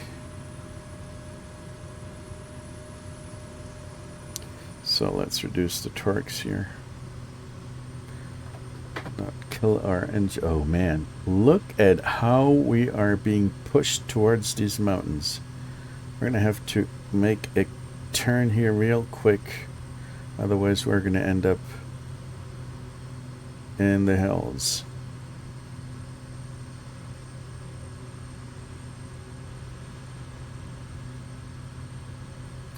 These are the kinds of conditions that I was talking about on Iceland. There is always something interesting going on.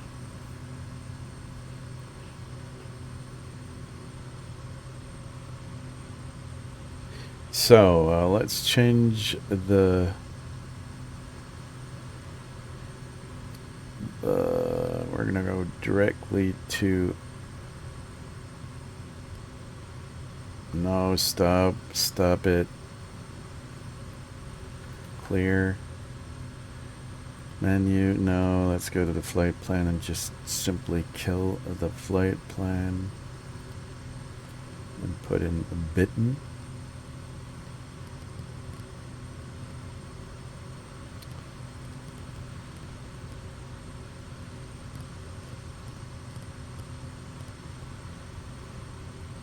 Bitten?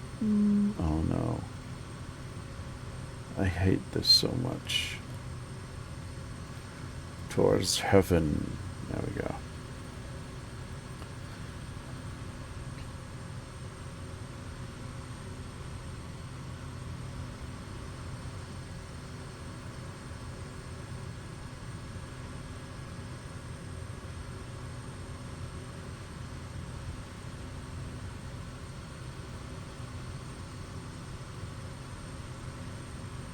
Look at these awesome bays down there.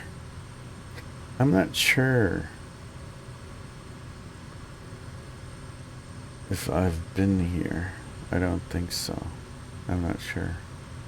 It looks kind of familiar, but then on the other hand, pretty much every fjord on Iceland looks the same, so everything should look familiar.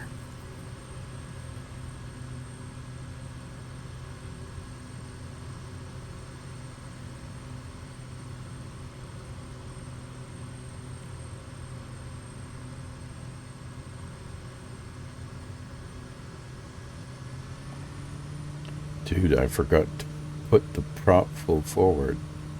I'm such a noob.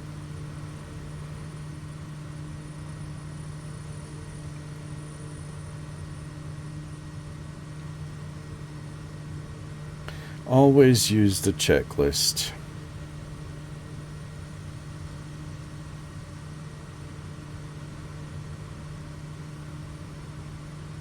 Okay, we're gonna go to like 4,000 feet maybe.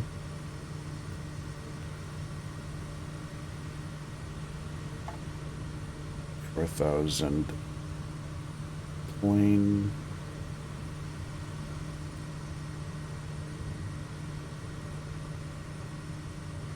Hello?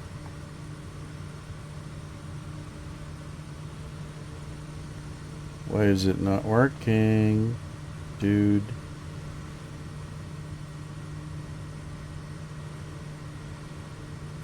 What is it with you? Stop right there. Stop crashing me into the mountain.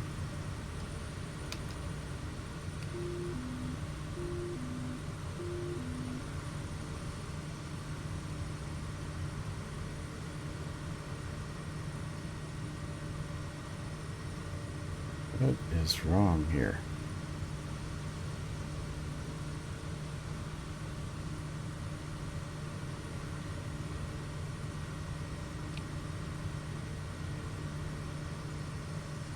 Okay, now we're getting somewhere. Let's see. Bitten. What kind of approaches does this place have? Reduce the RPM to 2,000. There we go. The torques to maybe 1,200 something. Let's not waste more fuel than necessary because we don't have a whole lot of it.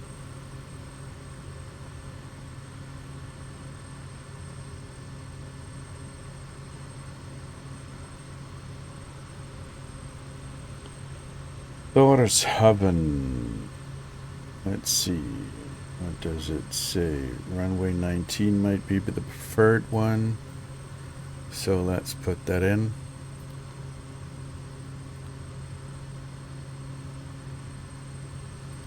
Visual 19. I think this should be good enough. Activate. Yes, please.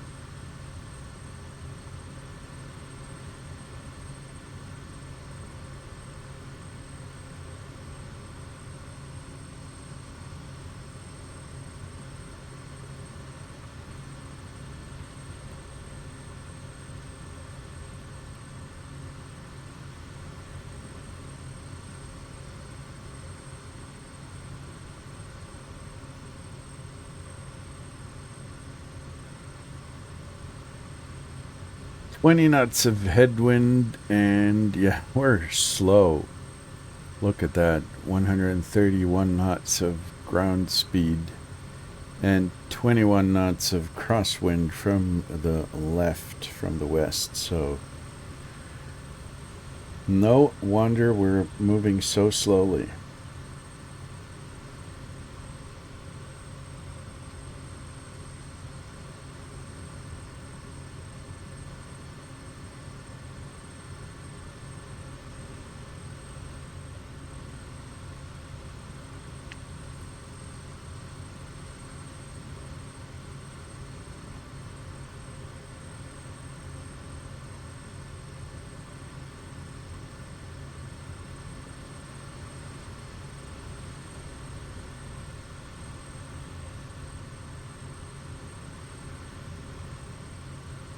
Outside temperature is 1 degree Celsius. That's more than I anticipated at that altitude.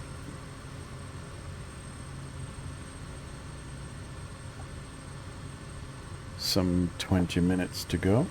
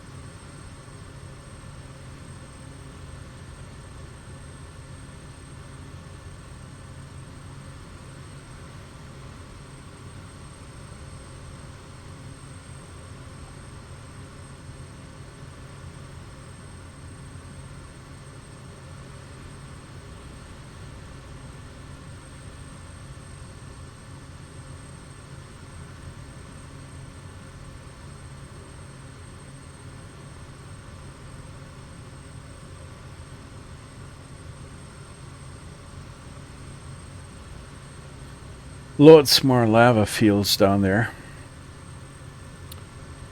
which is a sight to behold.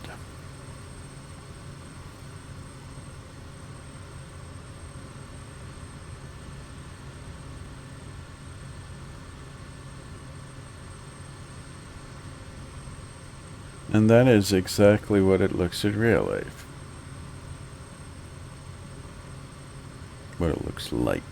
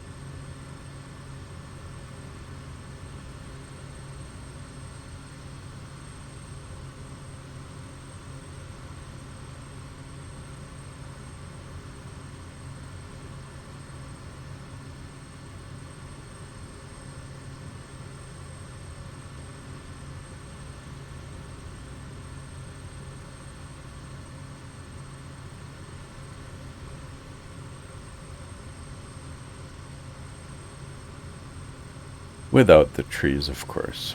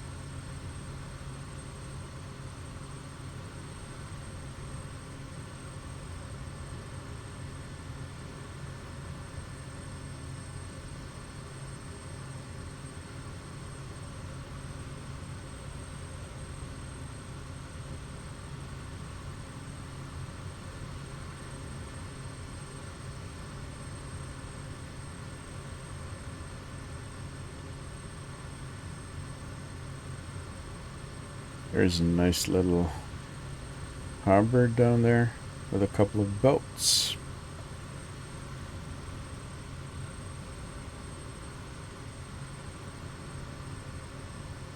And somebody's sailing.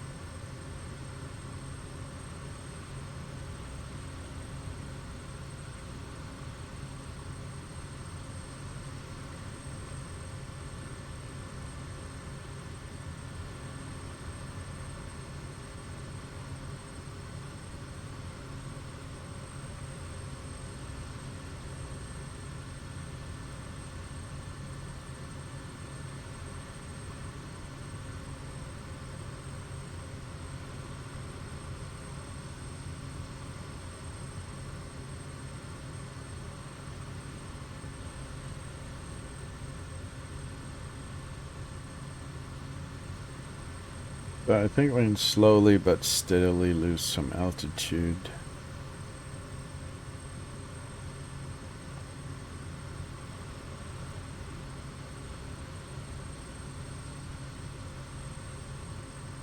Yeah, I know, sorry.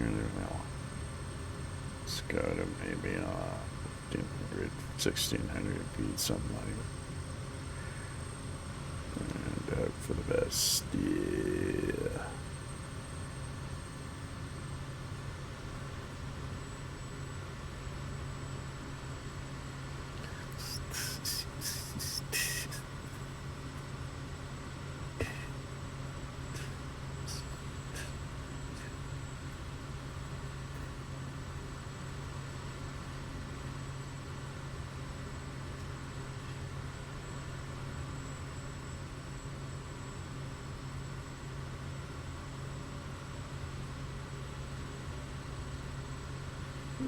I'm sorry.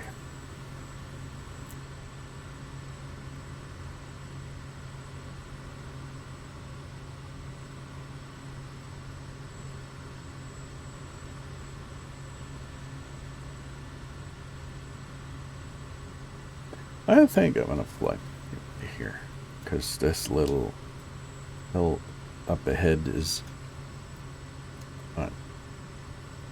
a little bit in our way. I don't want to crash into it. I just want to fly around.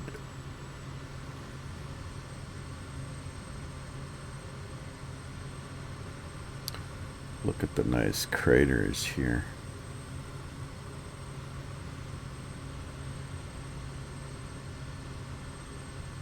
So beautiful.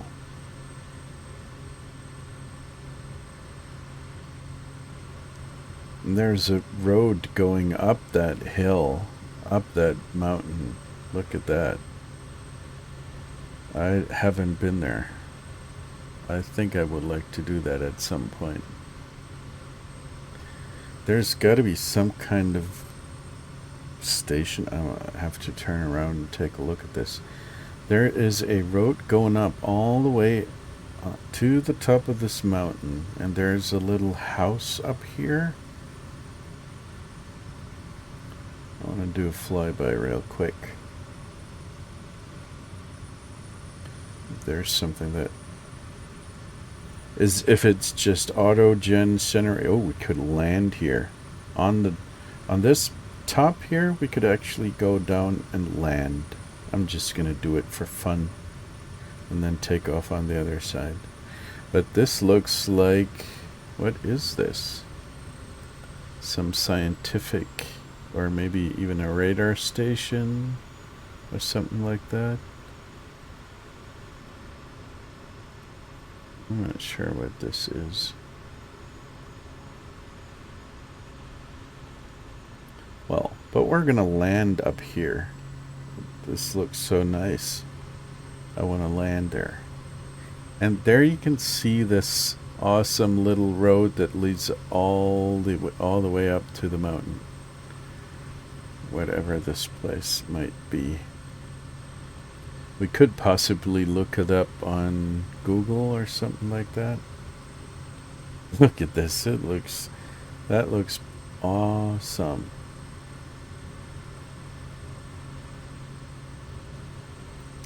So, and we're going to land on this little plateau over here. This is going to be fun. It's going to cost us fuel, unfortunately, but, you know, you only live once. Why not do it?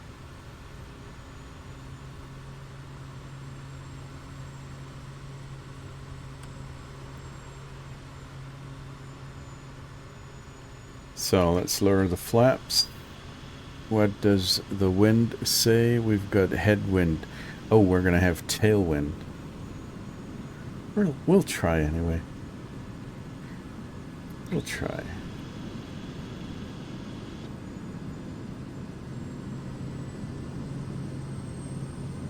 The Kodiak was made for this kind of adventure.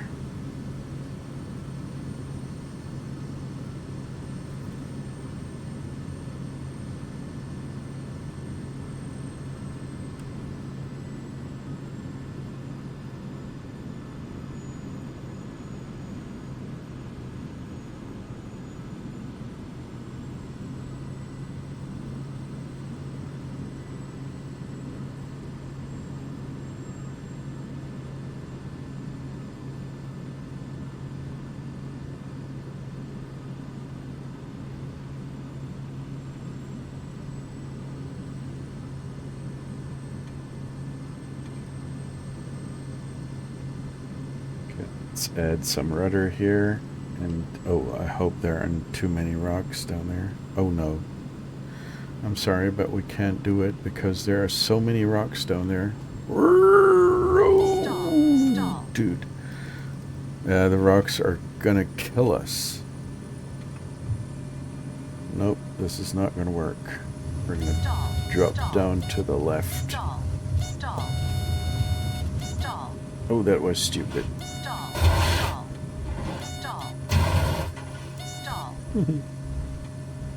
That was utterly stupid.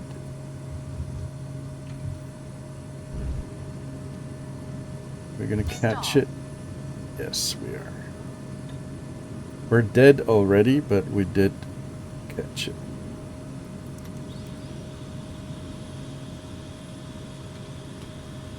And I broke my yoke again. By the way, I did order an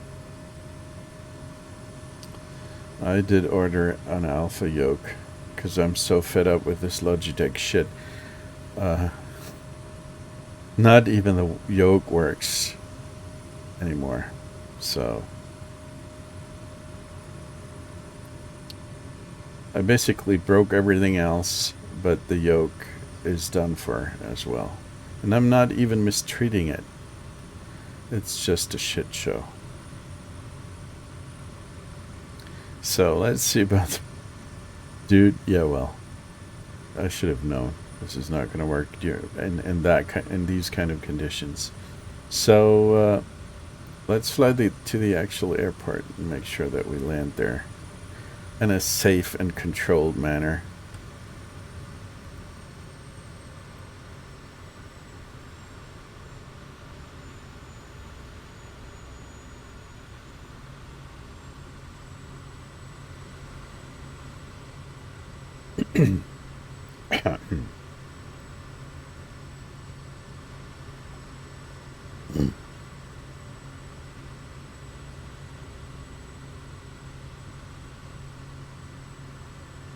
Nah, come on. We're gonna try it once again. For fuck's sake. I want to land up there. There's got to be a way to do this. Let's try it one more time.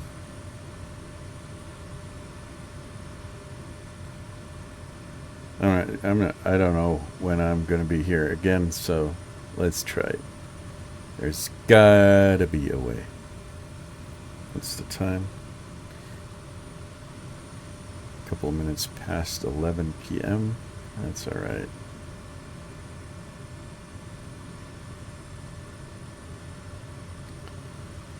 Maybe we should be using flaps. Or maybe we should land the other way around. The problem is it's going to be downslope. A severe downslope. That's what I was thinking when I thought maybe the approach from this site might be a good idea, because we're not going to have this incredible downslope, but we've fucked up the plane anyway, so I can put down the flaps at speeds that are not meant for flaps.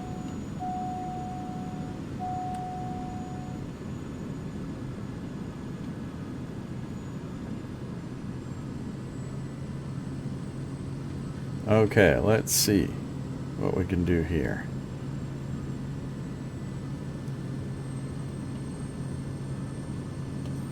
Maybe it might work a little bit on the right hand side because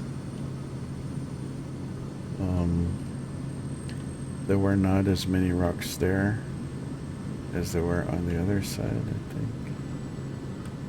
Well, that might actually work. But the rocks are bad. Ooh, freaking hell. There we go.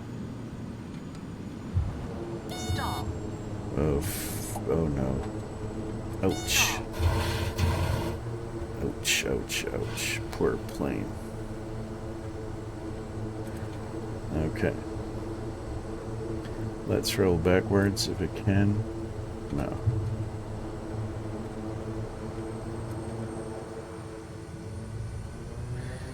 Poor plane. I'm sorry that I'm hurting you this much. Okay, let's change to forward throttle. I was using the reverse throttle here to turn around.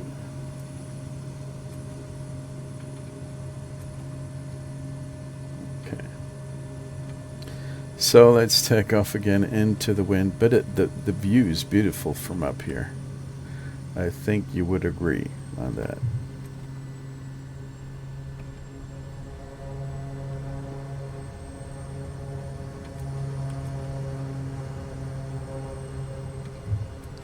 Okay, at least we somehow made it to the mountain, to this little plateau here. Now I can go to sleep peacefully.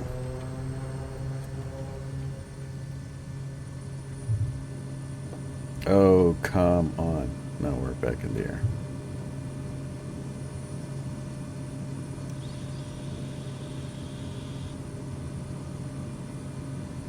Let's make a dive down.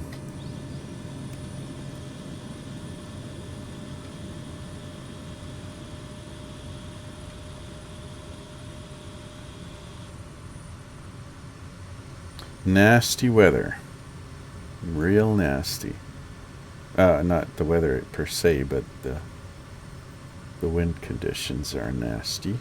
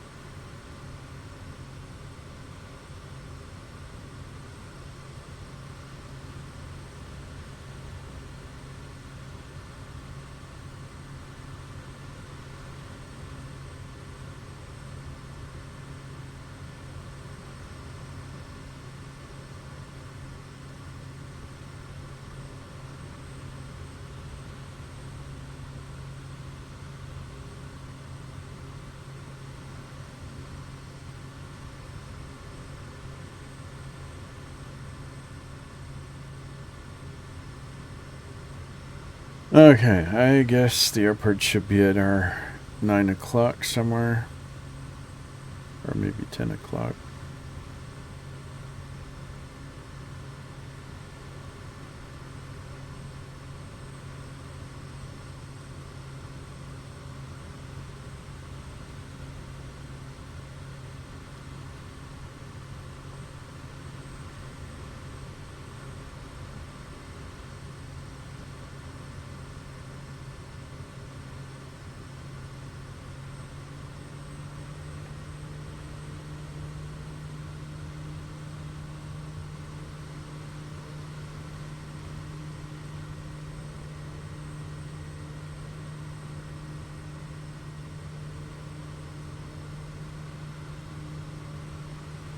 Nice little beach area down here.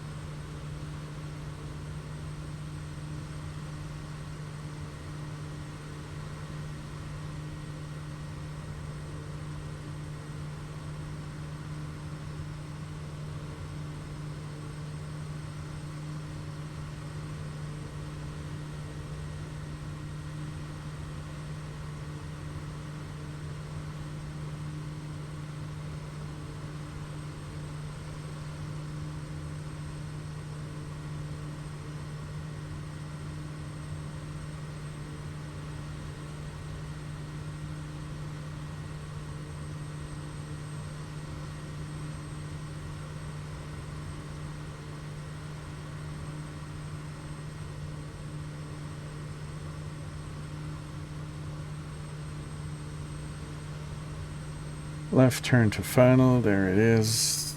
Let's lower the flaps a little bit here. That airport should not be a problem, really. It's a long runway.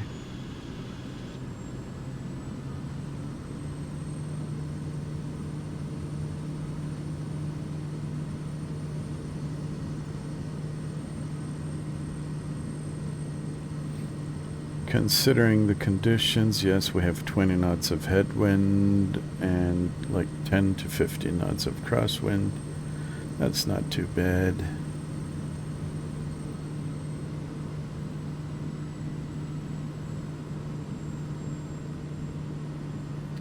We can land with 20 degrees of flaps. That's good enough.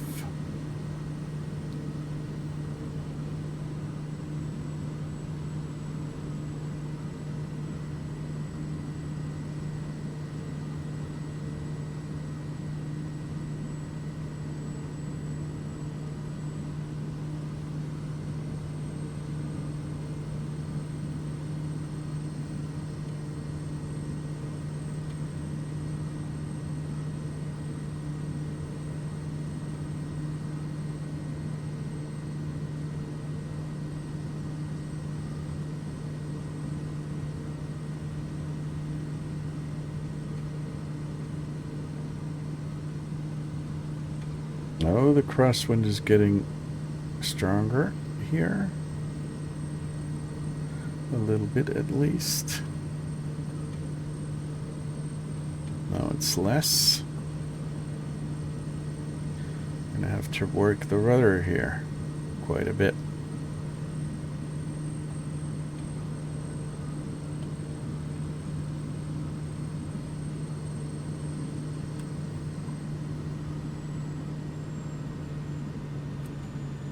Oh, freaking hell.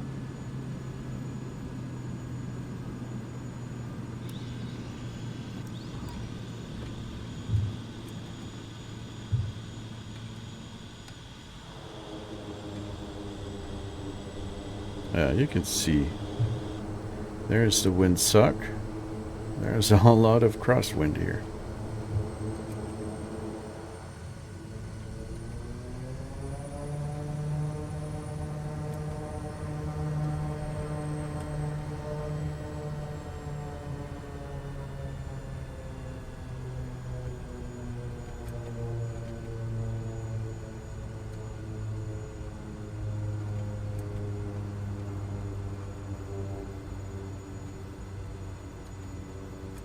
Oh man, these guys are floating in the air. You with your silly car, you get out of the way.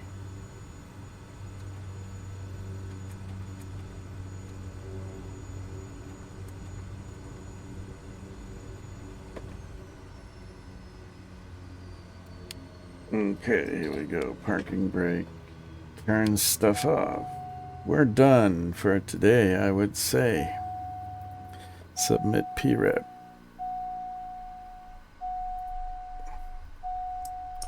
Let's see. Yeah, we did earn a little bit of money. Not that much, really. We were at 81,000 earlier. We're at 86 now, but I mean, I won't complain.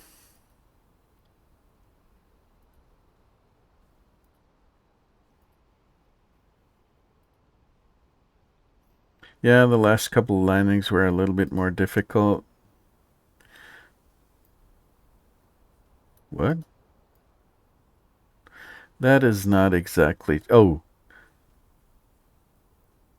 They were taking my landing rate from the mountaintop crash here. Okay. Anyway, that was it for today. Take care, you guys. I'll see you soon. Bye-bye.